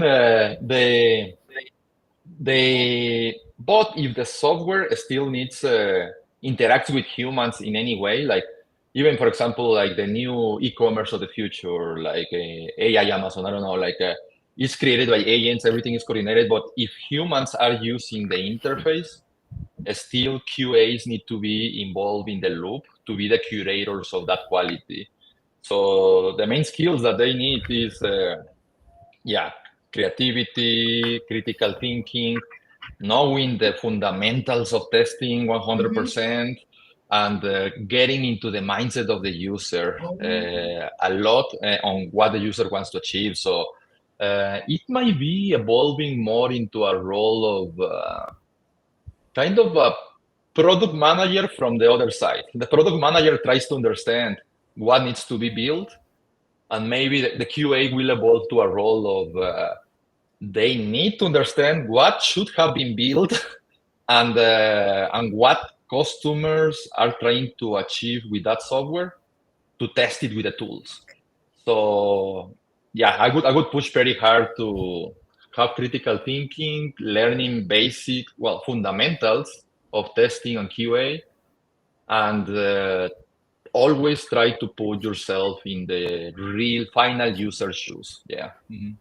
And okay, regarding to everything, I talked about this yesterday that perhaps the UAML is going to bring back all their thinking and methodologies that we can see the happy path for the user, so on. So what will be your favorite book regarding to this, and you try to open our minds again and try to thinking just not for the PM, not just for the QA, regarding to the final user. What will be your recommendation for a book for try to bring all this mentally for QAs? Yeah, great, good question. I like a lot design thinking books, the ones from IDEO. Those are classic. I don't remember the name, but yeah, the design thinking book from IDEO is pretty good. And I don't remember if there is a book on product, but the jobs to be done methodology framework is pretty good. And there is a bunch of free material online, webinars, videos. I recommend. There are different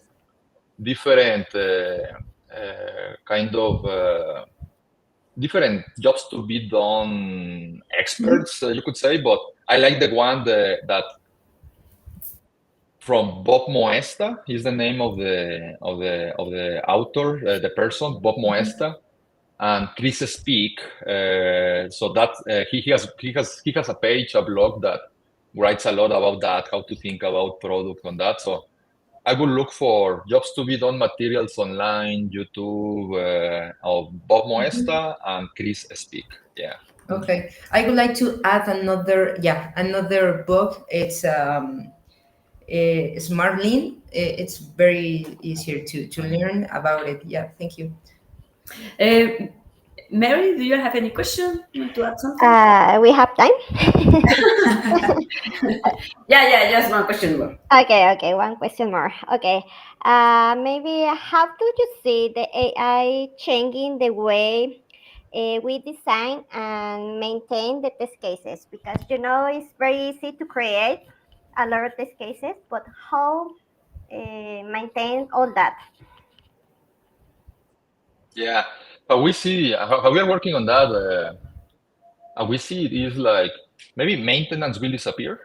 Maintenance will disappear because now everything is evolving to the software being a database of truth, a source of truth of how the software should behave.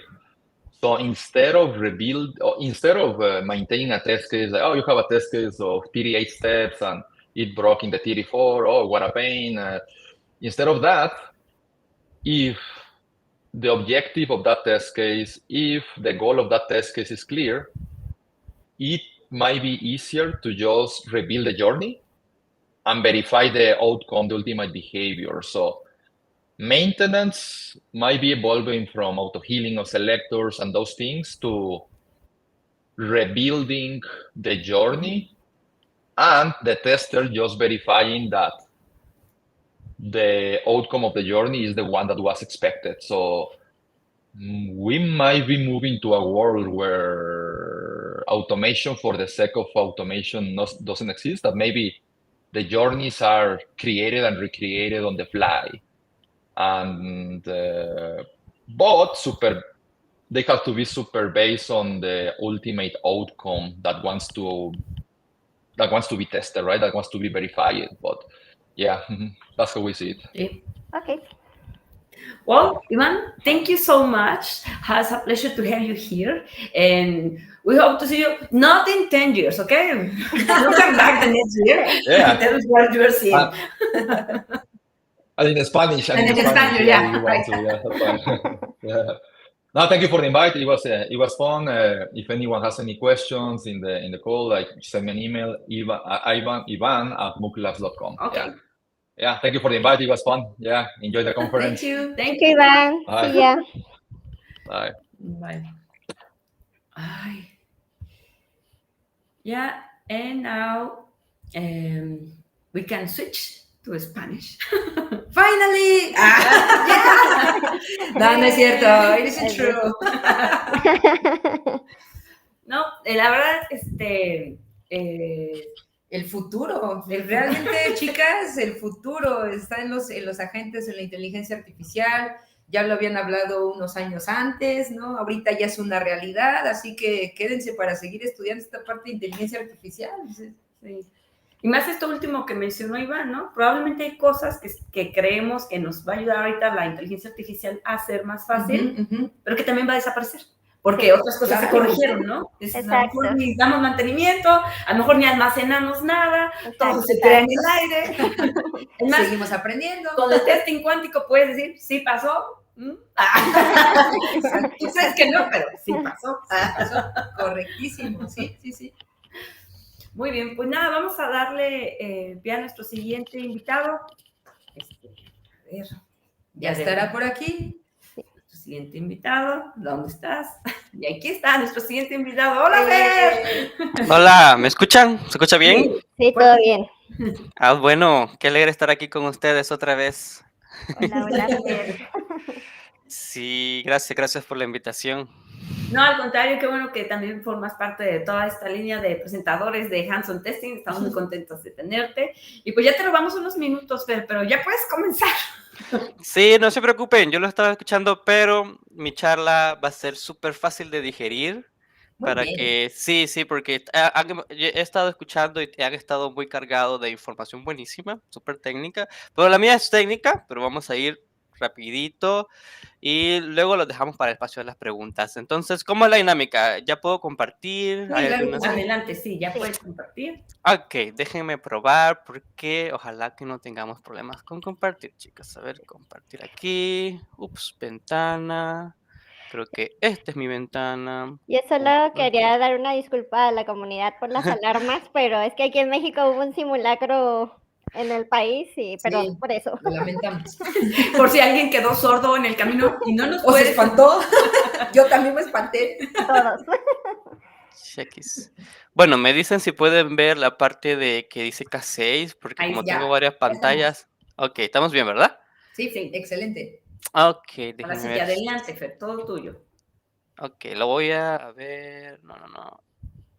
Sal de aquí. Y presentación. Ups, ¿se sigue viendo?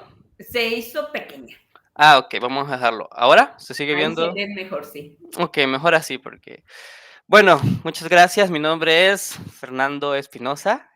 Como ya mencionaba Blanca, yo pertenezco a la comunidad de QA Minds. También trabajo para Firefox como QA Engineer y Reliability Software Web Developments. Y hoy les quería compartir, chicos, este tema que es de K6 porque es una de mis herramientas favoritas. Ya les mencionaba antes que iba a ser una charla un poco ligera porque pues lo importante es que tengan el conocimiento, ya con saber el nombre, saber qué hace y cómo es. Yo estoy muy seguro de que todos ustedes van a poder llegar. Lo importante es simplemente mostrarles el camino. Entonces, ¿qué es K6 y cómo se come? Pues K6, una de las cosas por las cuales mi herramienta favorita es porque es open source, está diseñado en Go, un lenguaje de programación que es bastante eficiente y por eso es una herramienta bastante rápida, ha tenido muy buenos rendimientos y se utiliza básicamente en pruebas de carga y de rendimiento. Y básicamente en la mayoría de los casos en los que podemos utilizarlos para probar aplicaciones, API y diferentes servicios. Con ella podemos simular diferentes usuarios, los que llamamos bus de usuario, y pues el tiempo de respuesta para todas estas pruebas de estrés y carga es bastante rápido y pues no es tan complejo de diseñar y soporta una gran cantidad de usuarios simulados que, que nos ayudarán a entender hasta dónde puede llegar nuestra aplicación. Y pues es pequeña, pero sin duda alguna pueden empezar a hacer pruebas desde lo más básico hasta pruebas súper exhaustivas. Aunque hay un principio de que dicen de que las pruebas exhaustivas no existen, y eso es real, así que no se confunda. ¿Cómo funciona? Básicamente, ah, no tiene una interfaz gráfica como la tendrá JMeter, luego vamos a hablar de JMeter. Eh, pero es un framework y básicamente vamos a utilizar JavaScript, por eso es muy importante si se preguntan cómo empezar con K6, podemos empezar con JavaScript y esto es lo que lo hace bastante atractivo porque cuando podemos trabajar con JavaScript es mucho más fácil de entender. Creo que la mayoría de las personas pueden entender o asimilar más rápido lenguajes basados en JavaScript como TypeScript, porque es un flujo bastante intuitivo, más flexible y eso lo hace bastante atractivo. Por eso también se puede combinar con Playwright, pero no nos va a dar chance de hablar de Playwright K6, así que lo dejaremos para la próxima, así que enfoquémonos solo en K6. K6, como le decía antes, simula usuario. Primero, pues, podemos aquí ejecutar un script en JavaScript y básicamente podemos simular miles de usuarios, que son los usuarios virtuales, y esto hace una petición a las APIs o a los sitios web. Y esto es para medir ciertas métricas. En este caso son los tiempos, la tasa de éxito o error, los thresholds, que son los requests por segundo, y medir el uso de recursos. A veces, a ver cuánto soporta en su CPU o RAM del servidor. ¿Y por qué usar K6? Como les decía antes, K6 es súper simple, sencillo, fácil de instalar, como en 3 minutos ya ustedes lo tienen configurado. En Mac, en Linux o en Windows es súper, súper sencillo. Eh, l- Hacen sus tests en JavaScript. Por- Cuando ya sabes un poquito de JavaScript es muy fácil de manejar. O incluso ahora, con toda la era de la inteligencia artificial, puedes pedir optimizar tu script y eso es todo, ¿verdad? Es bastante escalable. Al ser un framework, que sea sencillo no quiere decir de que sea estable y escalable, porque sí es muy potente. Es escalable porque podemos simular desde muy pocos usuarios hasta miles de usuarios.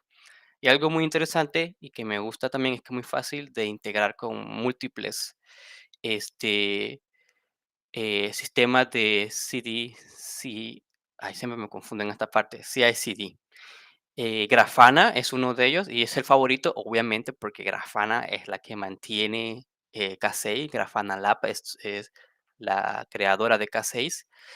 Prometheus, Datadogs y entre otros mucho más. Yo lo he probado con Grafana y Datadogs.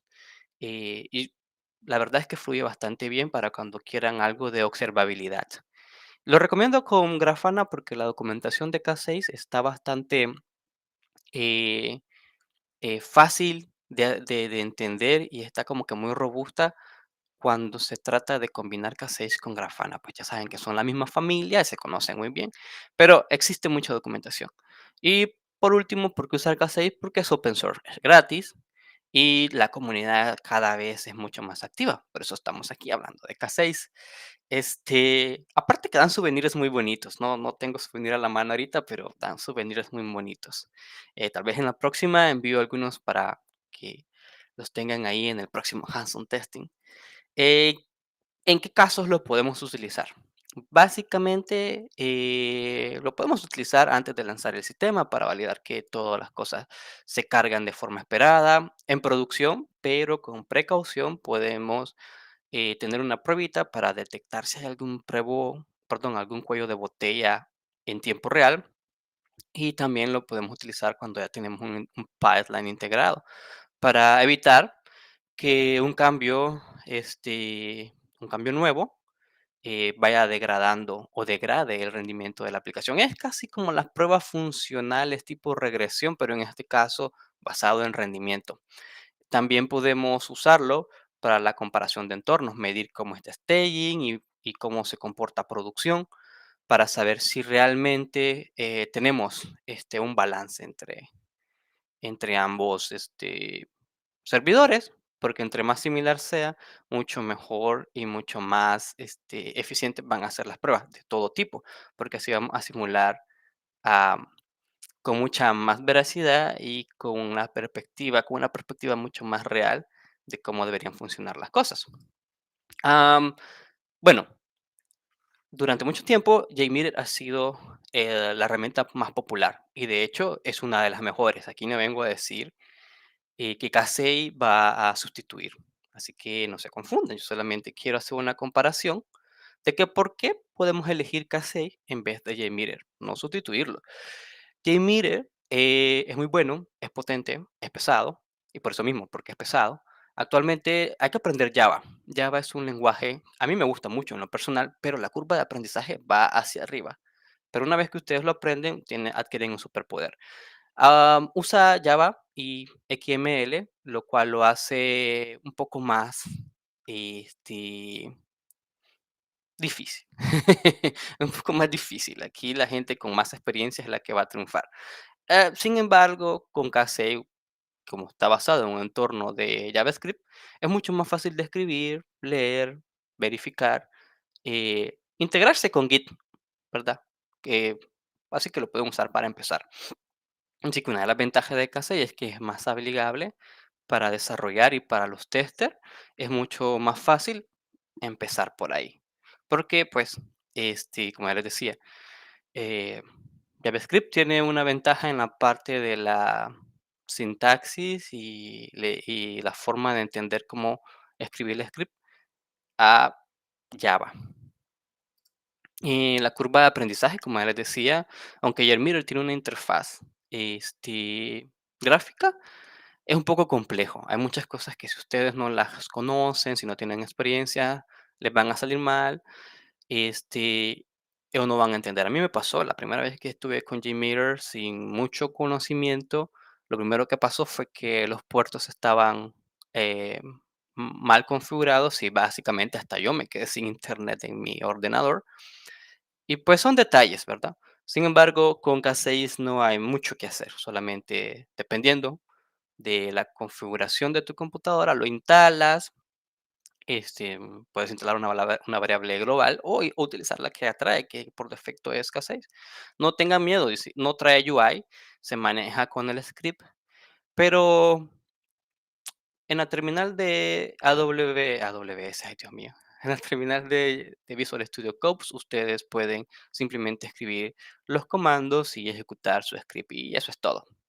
La ejecución es más rápida, ¿verdad? En cuestiones de rendimiento y eso sí es verdad, lo he experimentado, porque JMeter sí, si tienes una computadora así como doméstica que no está hecha para desarrollar, va a estancarse un poco, porque va a consumir RAM y CPU, para las simulaciones y para las ejecuciones. Sin embargo, Casey, como está escrito en Go, eh, es mucho más ligero y se siente bastante eficiente. Así que puedes usar una computadora modesta para empezar por ahí, ¿verdad? Y incluso puedes ir probando usuarios virtuales entre 100 hasta 1000 y vas viendo, pero con JMeter, desafortunadamente, desde que estás usando la herramienta, la abres, ya estás usando un poco de tus recursos. La integración es un poco más sencilla, al menos este, para la parte de DevOps y la automatización se integra súper rápido con GitHub Action, GitLab, Jenkins, etcétera. Lo mismo se puede hacer con JMeter, pero a veces no está tan pensado para integrarse de forma tan fácil porque se requiere algunos plugins. Sin embargo, la comunidad de K6 ya tiene ciertas conexiones y rápidamente con uno y que otra configuración ya lo podemos instalar, así como que crear un archivito .yaml dentro de tu archivo dentro de tu proyecto en la raíz del fichero, por así decirlo, y ahí puedes configurarle todas las variables de GitHub Action y todas las condiciones que necesites, ya sea de GitHub Action o de cualquier otra como Jenkins, y listo, va de viaje a la hora de ejecutar tu pipeline. Los reportes, Jmeter tiene reportes más complejos, eso es verdad. Y pues sí, podría dar como un poco de más detalles a la hora de obtener gráficas, pero K6 tiene una ventaja como está integrado también con Grafana. Hay muchas opciones para poder descargar un reporte bien bonito en HTML. Incluso se puede crear un servidor local para estar viendo en tiempo real el reporte, cómo va cambiando a través de cada ejecución. Es muy bonito. Pero pues, en sencillas palabras, puede mostrar también las métricas en la consola para que ustedes obtengan lo necesario, nada más. Pero también, pues, como les decía, con Grafana, Prometheus y Datadog y InfluxDB, pueden tener un dashboard dashboard bastante intuitivo, que es una aplicación web y pues al obtener un dashboard pueden navegar, pueden interactuar con los datos y se van a sentir un poco más, este, se van a sentir un poco más eh, confiados, ¿verdad? Van a sentir como que más confianza, más libertad de moverse aquí para allá y algo así. Entonces, eh, la otra parte, ¿verdad? Es el ecosistema. Jmeter es ya un poco viejito. La comunidad es grande, todavía tiene una comunidad bastante grande, hay muchos plugins. K6 es más nuevo, se siente nuevo, obviamente, pero con un ecosistema bastante moderno. Ya les decía, que gracias a la gran comunidad y Grafana Labs tiene un montón de cosas con la cual uno puede experimentar, tiene un laboratorio inmenso de cosas con la cual uno puede explorar. Incluso les comentaba al principio que tienen, bueno, el año pasado era experimental, este, la conexión con Playwright para hacer pruebas de API con Playwright y combinar, podemos combinar. Eso es algo que no tiene JMeter, que pueden combinar pruebas de rendimiento junto con pruebas de end-to-end en un solo script y ejecutándolas a través de K6. Eso es bastante interesante. Al mismo tiempo que ustedes ejecutan su prueba funcional, también pueden ejecutar pruebas de rendimiento y pruebas de API. También tiene una conectividad en la nube, donde ustedes pueden también aprovechar los servidores que ofrece K6 para hacer ciertas automatizaciones. Obviamente son limitados porque son gratis, pero creo que hay una versión de paga con la que ustedes pueden obtener más recursos, pero no es necesario. Creo que con lo que tienen, pero obviamente no se confundan, no es que K6 esté cobrando. La suscripción es para eh, la nube, el almacenamiento y las ejecuciones de de sus automatizaciones, porque eso ya es un tema aparte. Tienen que asignar recursos a las automatizaciones, tienen que asignar un servidor y todo eso. Así que es aparte, pero ustedes bien pueden correr todo de manera local y ustedes mismos configurar su propio servidor y armar su propio pipeline o su propia fiesta con el framework, a como ustedes les consideren más apropiado, más viable, basados en sus conocimientos y en su proyecto. Entonces, ¿por qué elegir K6? Es lo que hemos estado hablando alrededor de todas estas slides. Es más ligero, es más rápido que JMeter.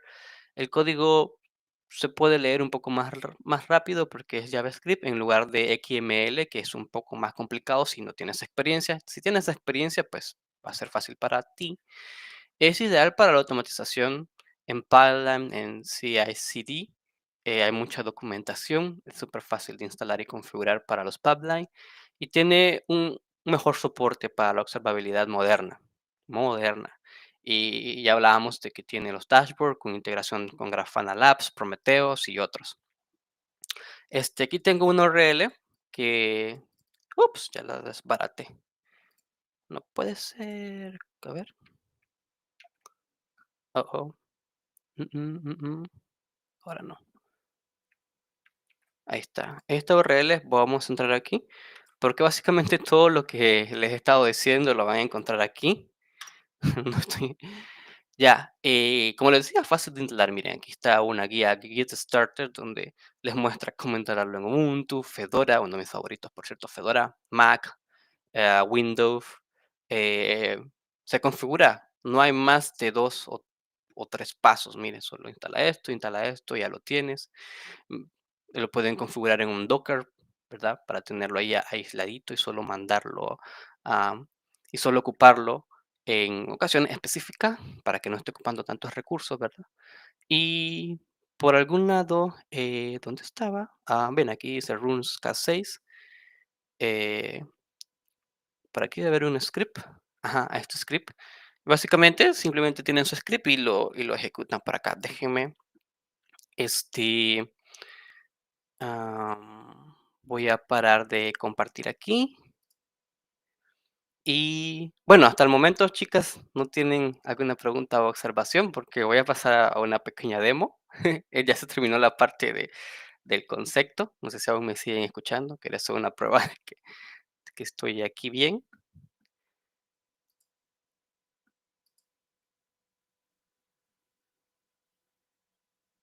Ok.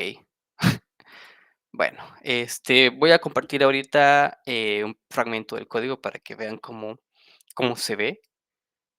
Ah, espero que se vea. No sé si se ve pequeño.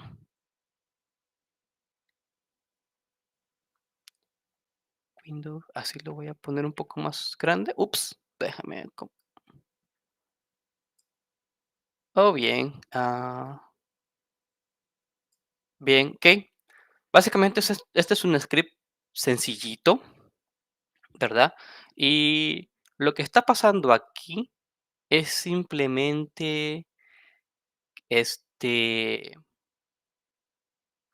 vamos a exportar primero la librería, el check y sleep son prácticamente las validaciones que necesitamos. Espérenme que estaba buscando la parte de cómo ejecutar el run. Ajá, aquí está en la documentación. El slips que tenemos por aquí, que lo estamos también importando como parte de la librería de KC, y es para hacer una pausa entre cada usuario. Eh, en la parte de la export es donde definimos los bus, que significa que vamos a simular 10 usuarios. Es esta parte de acá.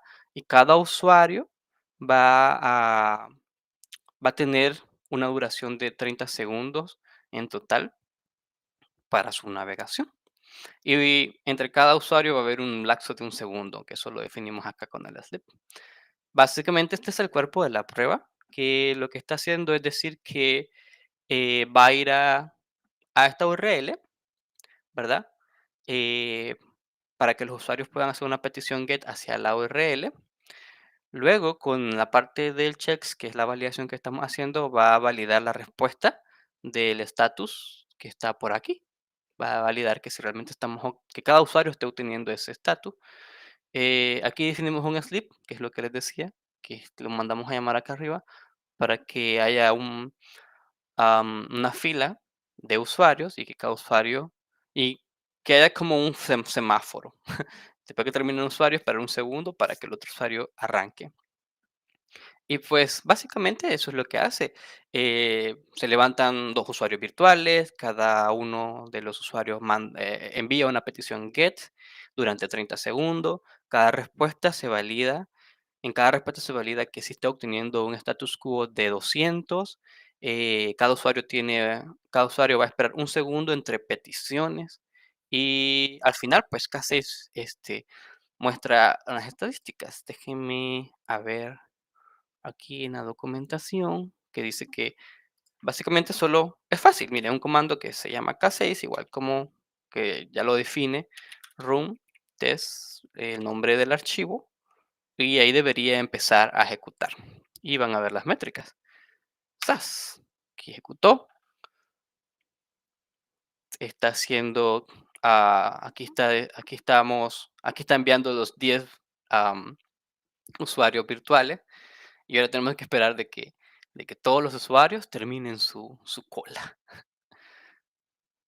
Eso va rápido. Lo hicimos con 10 para que fuera rapidito.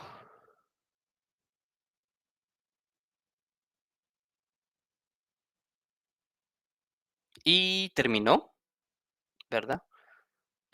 Y aquí les da todas las métricas, ¿ves? Dice que todo salió bien. Espérenme para arriba. Aquí está. Todo salió bien.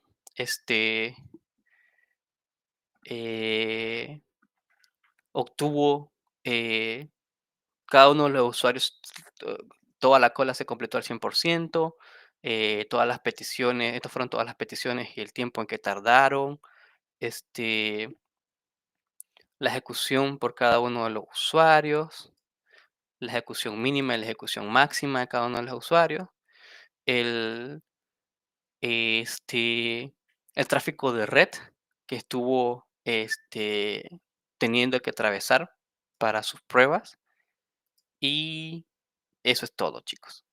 Al final, básicamente, bueno, estas son todas las métricas que van a, porque sí, pues son datos importantes porque son mediciones de tiempo, mediciones de recursos, mediciones de usuarios virtuales, pero al final, cuando ya les dice que su estatus fue obtenido, que era lo que ustedes esperaban, eh, con un bucle de todos sus 10 usuarios por cada 30 segundos, básicamente, pues su test fue completado.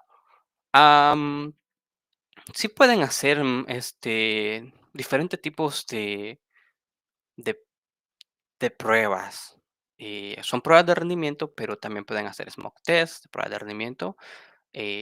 Pueden Cuando haces mock test, pueden hacer así como que pocos usuarios en corto tiempo para validar que todo está funcionando bien.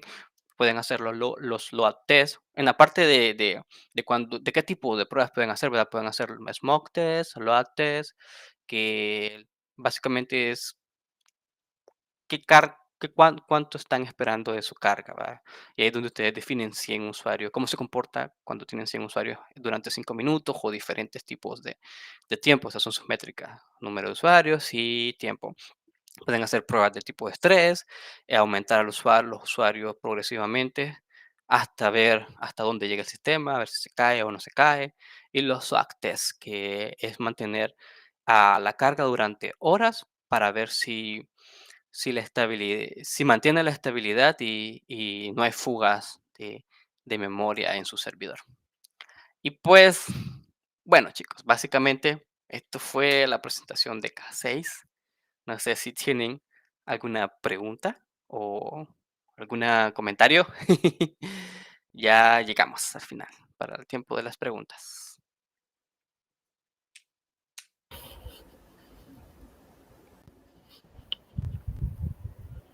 Aquí estamos todos. Sí, Y aquí andamos.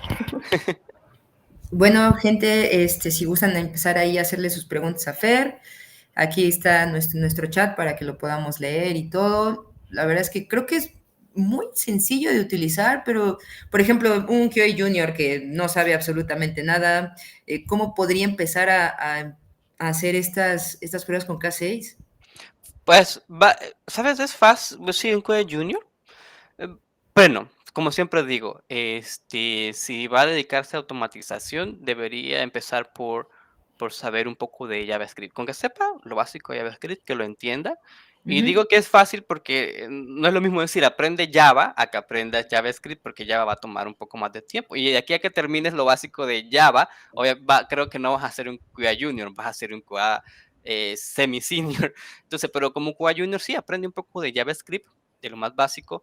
Te vas a la documentación de K6 en la guía, en el Get Started, y vieras, como les mostré en la presentación, es ujú, bastante fácil de instalar. Puedes empezar con pruebas conocidas de end-to-end y le vas metiendo pruebas de carga. En la documentación de K6 pueden encontrar pruebas sencillas como, ok, quiero probar este login a las que estamos acostumbrados. ujú, Vea, las pruebas funcionales a veces son mucho más fáciles, no sé por qué, de entender. Y entonces tú puedes decir, ok, quiero probar este login, o sea, como los estás acostumbrado de forma manual y de automatizada, y al login le puedes meter un poquito de pruebas de rendimiento. Le dices, ok, ya tengo mi prueba en automatizada, pero ahora le voy a meter ahí una función para que me pruebe este login con 100 usuarios. Y es muy fácil de hacer, entonces. Eso es lo bonito de Casage, que te permite hacer como pruebas híbridas entre ujú, end-to-end y de rendimientos, porque así puedes ir dando el salto de que, ok, sí, yo vengo de las pruebas end-to-end, pruebas funcionales, automatizo pruebas funcionales, y ahora quiero aprender rendimiento. Entonces vas viendo las variaciones de cómo funcionan ambas y vas ujú. entendiendo cómo funcionan las pruebas de rendimiento sin dar el salto brusco de manual hacia pruebas de rendimiento o de funcional a pruebas de rendimiento. Sí. Claro, claro. Mary, tenemos por ahí unas preguntitas, ¿no? Sí, a ver, nos vamos con la de Johnny Fernando, a tu tocayo. Dice, ¿se puede integrar con Grafana? ¿Qué tan sencillo es? Esa es una muy buena pregunta. Se puede ingresar, sí se puede, integrar con Grafana y es súper fácil porque como Grafana es el maintainer de K6, Grafana, voy a ver si lo busco ahorita para ver si se los comparto. Integración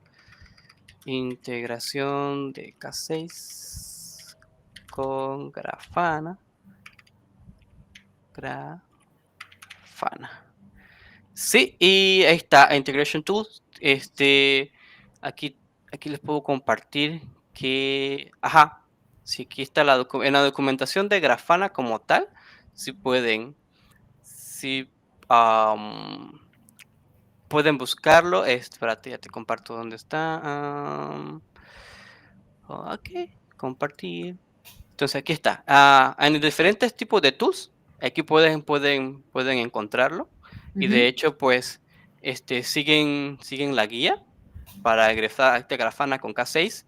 Y entonces aquí les va diciendo, ¿ya? Y de hecho tienen un video en YouTube de cómo hacerlo. What is Grafana con K6 y listo. De hecho es bonito porque les crea un dashboard de Grafana ya, ya conectado con su proyecto en K6 y lo van pudiendo ver de manera real. Es como un servidor local y mientras ustedes ejecutan sus scripts y actualizan sus pruebas, lo van viendo en la aplicación web que les provee la aplicación de Grafana para K6 y ven todo en el dashboard, la parte de las métricas que ustedes tienen. O sea, van a ver lo mismo que ven en la consola, pero más bonito, con gráficas y todo eso en Grafana. Y es súper sencillo, porque son súper compatibles. Como les decía, Grafana Lab es la creadora de ambos productos, Grafana y K6. Ujú.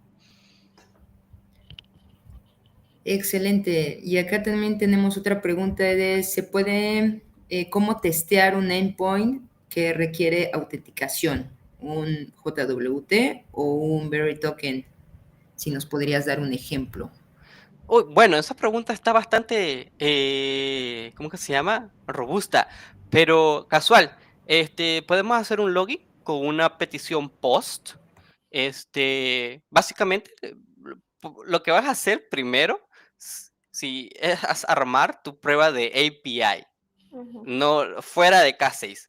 Entonces, tú creas tu archivito con tu TypeScript o tu JavaScript y haces tu prueba de API, tu script de prueba de API, ¿verdad?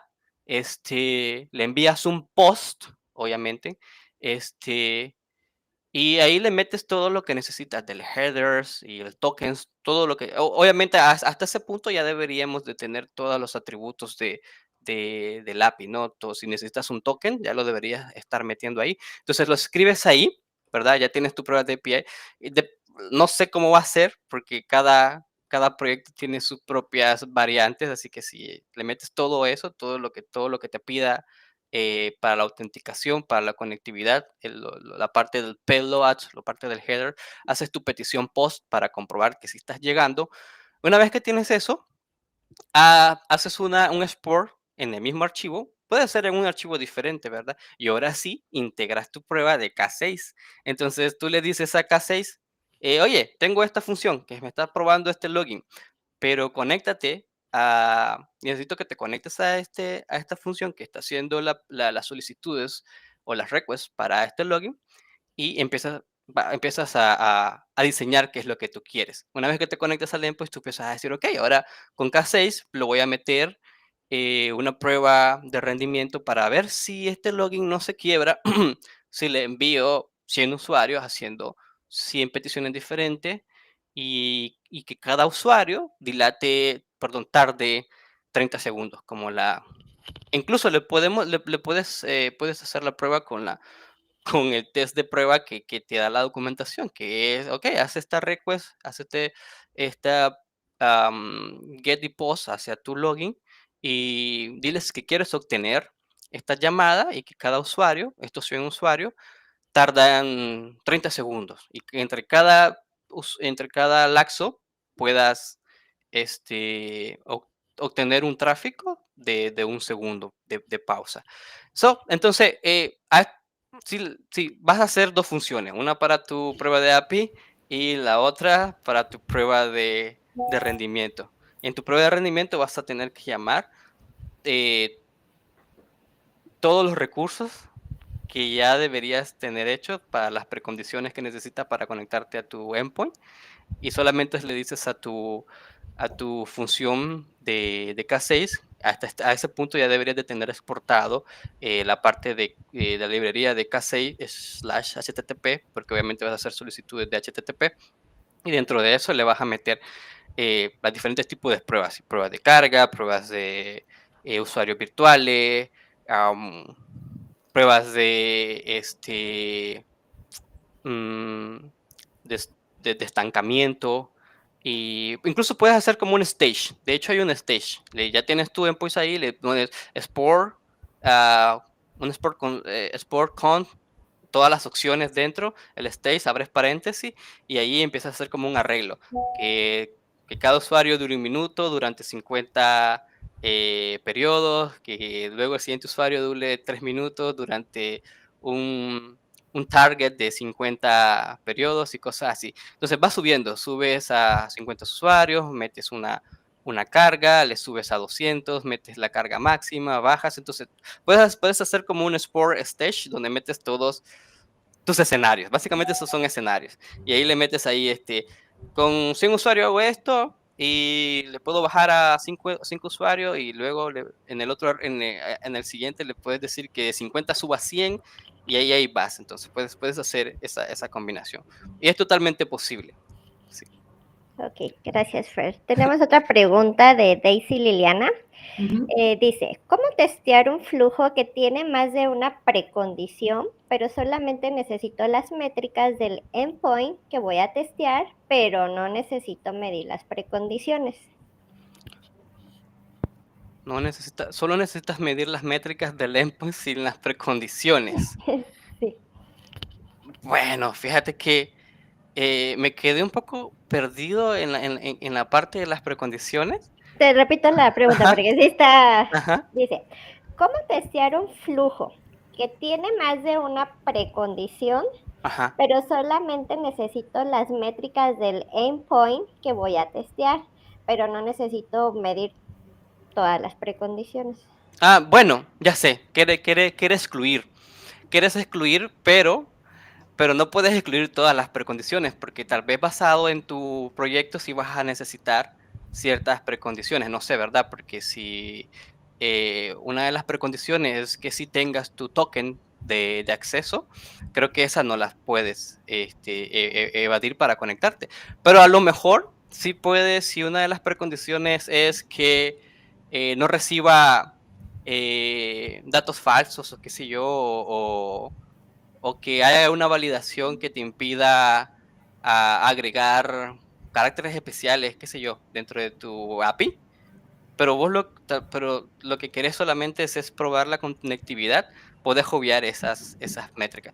Sí es posible, sí es posible, pero, pero sí, basado, por ejemplo, tienes 3 precondiciones y solo quieres probar que tu endpoint esté funcionando en la parte de la validación de datos requeridos, por así decirlo. Entonces, tienes 3 precondiciones posiblemente. La de los datos requeridos, la de tu token y la otra que pueda ser datos negativos o qué sé yo. Es probable que vas a necesitar las 2 primeras y no la tercera. Entonces, si creas tu script, te conectas a tu endpoint, como lo dije en la respuesta pasada, en la parte de la documentación tú puedes crear una función donde puedes crear tus diferentes tipos de escenarios. Entonces, primero te conectas a la librería de K6, le defines las opciones, en este caso los diferentes tipos de usuarios que quieres usar, o cuántos usuarios, les defines el tiempo de los usuarios, luego creas una función a la cual le vas a decir de que vas a requerir esos 10 usuarios para que se conecten a tu endpoint, y le agregas una condición de que solo te interesa llegar al login, llegar al endpoint de login y validar de que el API está obteniendo o está validando de forma correcta solamente los datos, los datos válidos, o sea, y le envías una request de datos válidos, ¿verdad? Ya sea, qué sé yo, una cadena de share alfanumérica o una cadena de caracteres especiales del 1 al 100 y le envías eso. Entonces todos los 10 usuarios van a ir a probar solamente eso, obviando la parte negativa, que es donde si quieres ponerle números negativos o si quieres poner una cadena de caracteres de más de 200, entonces todo eso sí lo puedes obviar, pero incluso puedes crear otra función, le pones export, default, function, le pones un stage y le dices, ok, ahora quiero que estos usuarios se conecten al API y quiero que me hagan este tipo de pruebas y abres paréntesis, le metes la condición de la prueba, que en este caso podría ser la precondición, pero esta es la condición porque le vas a decir de que estos ya no van a probar los datos alfanuméricos, estos ahora van a probar datos negativos. Entonces conectas esa función e incluso le puedes poner diferentes tipos de tiempo o los puedes combinar. Le puedes poner otra función arriba y le dices, ok, primero quiero que me ejecutes de estos 10, los 5 primeros, que me validen los alfanuméricos y después de que pasen 2, quiero que se me ejecute la otra función para validar otros 2 usuarios eh, con, con la condición que tiene mi API, que es para identificar datos negativos. Sí lo puedes hacer, es JavaScript, lo puedes meter en una validación de tu API, pero obviamente eso es una prueba híbrida, como la primera. Haces todo tu script basado para tu prueba de API, incluso lo puedes hacer con Playwright, le metes Playwright dentro de tu proyecto de prueba y puedes tener otro archivo aparte donde mandas a llamar tu prueba de API de Playwright conectada a un archivo que contiene tu prueba de rendimiento, donde está tu validación, que te va a decir qué condiciones vas a probar de las precondiciones que definiste con tu prueba de Playwright. Entonces, la que va a manejar tus precondiciones es tu prueba de Playwright, que va a contener las definiciones de tu prueba de API. Suena un poco enredado, pero entiendo cuál es el punto. Pero sí, es posible. Y todo eso lo puedes lograr con las dos documentaciones. Con la documentación de Playwright para que puedas hacer tu prueba de APIs, donde vas a obtener toda la respuesta de de lo que me estás diciendo por primera vez, de que quieres que solo probar ciertas precondiciones. Y en la prueba y en la documentación de K6 es donde vas a obtener cómo crear tu script para obtener la validación de las métricas que tú necesitas, que pueden ser las métricas de tiempo, de recursos o de cuellos de botella. Ya, entonces van a ser dos pruebas en un solo proyecto. Excelente, espero haber respondido ahí a Liliana, espero que sí le hayamos podido contestar su pregunta. Me parece que no tenemos otra pregunta un poquito más técnica, me parece que no. Entonces, aprender, ¿eh? ¿Qué hacéis? y Java, porque... porque sola no se va a volver a hacer las cosas. ¿no? Sí, está súper fácil de entender y me parece de que muy buenas preguntas las que nos hicieron, porque son preguntas, bastantes basadas en escenarios reales que se necesitan.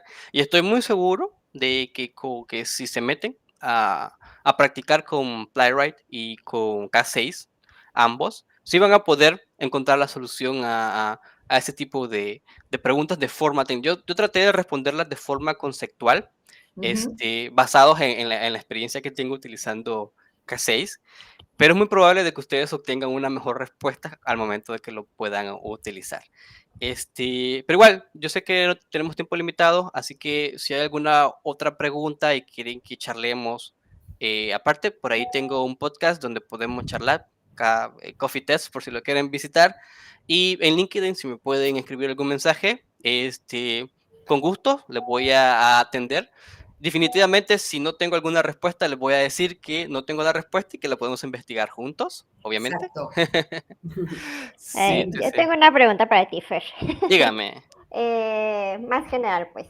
En base a tu experiencia, ¿qué tendencias ves en las pruebas de carga y rendimiento? ¿Y cómo crees que va a evolucionar K6 en los próximos años? ¡Wow! Muy filosófica. Hay una tendencia mucho a las pruebas de estrés, de estresarlo todo. Vivimos en un mundo muy estresado y queremos que todo fluya bastante rápido. Entonces, hay una tendencia a que las cosas se manejen mucho más rápido. Si las pruebas de rendimiento, hay muchas solicitudes de prueba de verificar qué tan rápido estoy respondiendo a ciertas solicitudes o a ciertos servicios. ¿Cuántos segundos toma? ¿Cuántos milisegundos toma? ¿Cómo va a revolucionar K6? Pues yo pienso que K6 va ganando terreno porque no deja de innovar en la parte de la veracidad de los datos, de la flexibilidad de cómo uno puede entender los datos, de cómo puedes obtener los datos y utilizar esos datos, la forma en la integración que tiene con diferentes tipos de sistemas. Es abierto a que se puede integrar con varios tipos de herramientas que no solamente son privativas, sino también son gratis. En otras herramientas, a veces muy difícilmente puedes integrarte con todo porque todos tienen cierto tipo de condición o tienes que usar algún helper externos y tienes que investigar mucho, leer mucho y meterte a quebrarte la cabeza. Pero con K6, si tú quieres hacer un proyecto integral, lo puedes conectar con Grafana y al mismo tiempo lo puedes conectar con DBLux, que es la base de datos donde van cayendo todas esas cosas. Y después que tienes todos tus datos ahí, lo puedes, no sé, montarte un servidor. De hecho, tengo un amigo que hace que recibe métricas de cuánto le sale el recibo, de cuánto luz gasta, y va midiendo las métricas de qué ocupa más luz en su edificio. Y Ok. lo hace con Grafana y todos los datos van a parar en, en esa base de datos que se llama Database Lux, algo así. Y puedes hacer, y es barato porque para hobby, hay un servicio que se llama Rigwell, yo lo uso bastante, sí. Mira, Rigwell no es como que muy conocido, yo creo, hasta ahorita creo que lo estoy mencionando en público, pero igual, buscas ahí la opción para conectar K6 y la van, la van a tener. Entonces, hay muchas integraciones y entonces creo que en esa parte de observabilidad, K6 va a revolucionarlo de aquí a muchos años. No sé cómo va a ser en la parte de inteligencia artificial, si es que la inteligencia artificial va a venir y va a hacer las propias pruebas de rendimiento y va a agarrar, pero posiblemente por ahí va el camino. Una vez que ya obtengas los datos de las métricas y dice, ok, esta cosa está más lento que la otra, entonces podemos modificar esta prueba para mejor hacerla de esta forma, ejecutar otra vez el script y hacer una prueba más eficiente y va a ir aprendiendo y observando de dónde están los cuellos de botella y qué tipo de prueba ejecutar con K6 en un lado y en otro no. Entonces, posiblemente por ahí va el asunto. Muy bien, Fer, muchas gracias. Pues muchas gracias, creo que ya no tenemos más preguntas, Fer, y pues nada, agradecerte por participar con nosotros, por venir y instruirnos. Sí, muchas gracias a ustedes y espero seguir participando en otras sesiones de Q&A Minds. Mucho éxito y mucho éxito para las personas que nos escuchan de la comunidad. Recuerden de que ustedes pueden aprender de todo, solo necesitan un poco de paciencia, un poco de dedicación y pueden hacer nuevos y buenos testers cada momento. Eso. Excelente, me encantó el cierre. Sí, entonces, Muchísimas gracias, Fer. bye, nos vamos, chicos. Bye, un saludo, bye. Bye. Nos quedaron sin palabras. Ya, él lo resumió todo. Dando, así, creciendo silvestremente. No, y bueno, chicas, ¿qué es la charla que más les ha gustado el día de hoy?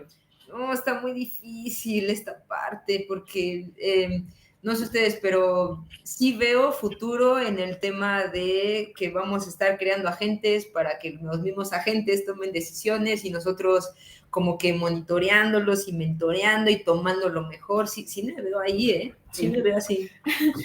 Robot 1, adelante, a probar. Escenario 1 de prueba.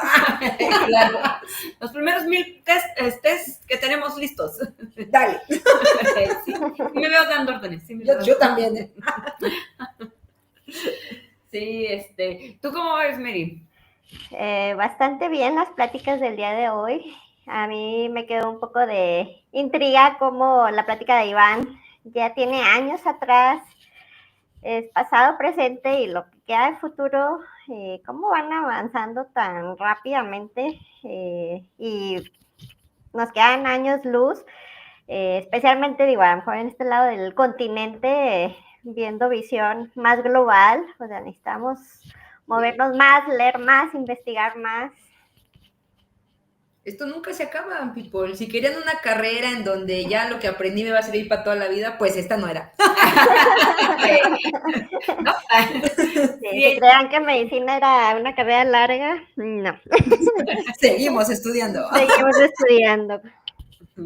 Exacto. Pues nada, pues vamos a tomarnos un break, ¿qué les parece? Vamos al break y regresamos en una hora más. Los invitamos a todos los que nos están escuchando que nos sigan en YouTube, en el canal de QA Minds, para que puedan, una, volver a ver las pláticas y la otra es vernos en un ratito más, que todavía nos quedan 2 charlas más con 2 invitados. Y recuerden que al final de esas 2 charlas haremos la rifa de todos los que se inscribieron. 4 de la tarde, hora de México, sorteo y premios. Hay que estar registrados, suscríbanse al canal, al registro, las formas, todo. 4 de la tarde, hora de México. Ajá, ahora sí sorteo y premios. Denle like a la campanita para que reciban la notificación. Inscríbanse, cancentesting.com. Exacto. Bueno, pues regresamos en un rato más. Muchas gracias. Gracias. Bye.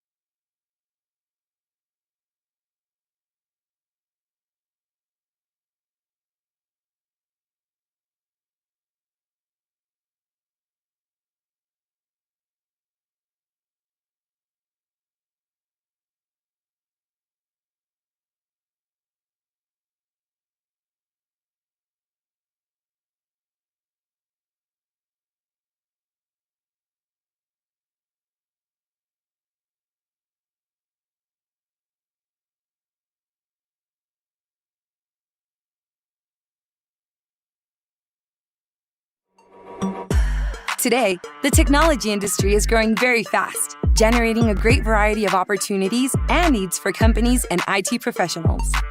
QA Minds Talento is a solution of QA Minds Lab, created specially to generate the connection between great talents, great companies, and great projects. If you're looking for new challenges and better job opportunities, enter our platform and apply for any vacancy of your interest.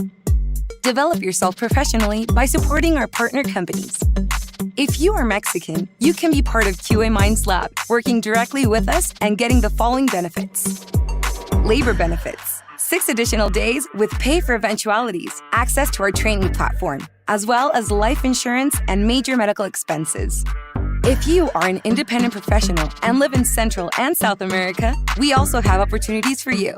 We offer you the option to join different projects of your interest. Do you have a company and are looking to fill IT positions?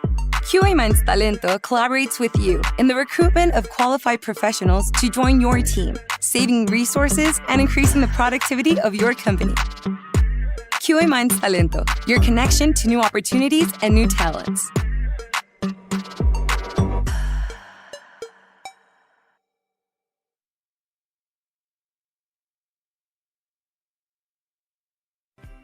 Desarrolla tu potencial con Brightest.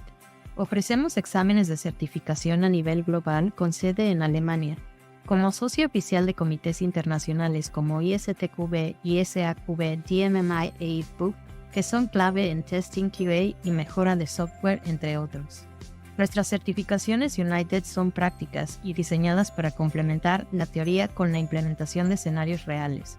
Te permitirán dominar las herramientas y metodologías que impulsarán tu carrera. Las ventajas de Brightest son claras. Recibirás tu certificado reconocido y con un registro global, una insignia digital gratuita de Credly para compartir en tus redes sociales, destacando tus logros profesionales y acceso a nuestra comunidad y socios de formación oficiales. Ofrecemos 3 modalidades de examen online a través de Pearson Bid, en grupos, centros de examen y desde casa. Contáctanos y desarrolla tus habilidades y conocimientos con Brightest.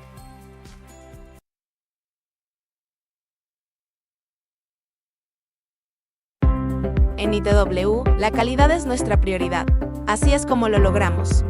Utilizamos herramientas avanzadas y procesos rigurosos para asegurarnos de que cada línea de código sea perfecta.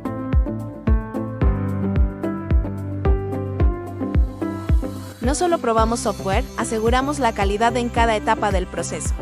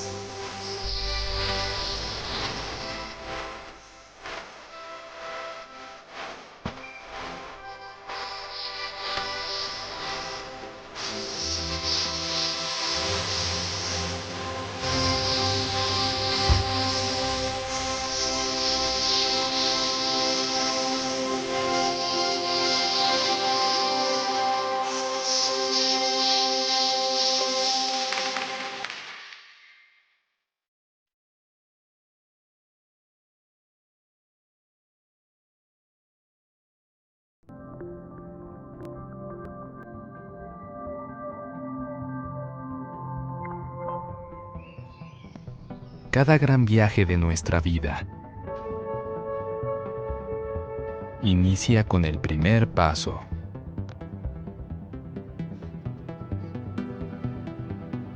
Hay pasos retadores. Algunos requieren persistencia. Otros te llenan de nervios. Pero el paso más importante es el siguiente paso. Y si te atreves a darlo, imagina a los lugares a los que podrías llegar. Maestría en Administración de la Construcción. Maestría en Estructuras. Maestría en Ingeniería. Maestría en Negocios de Innovación Tecnológica. Y una amplia oferta de especialidades que complementarán tu formación académica.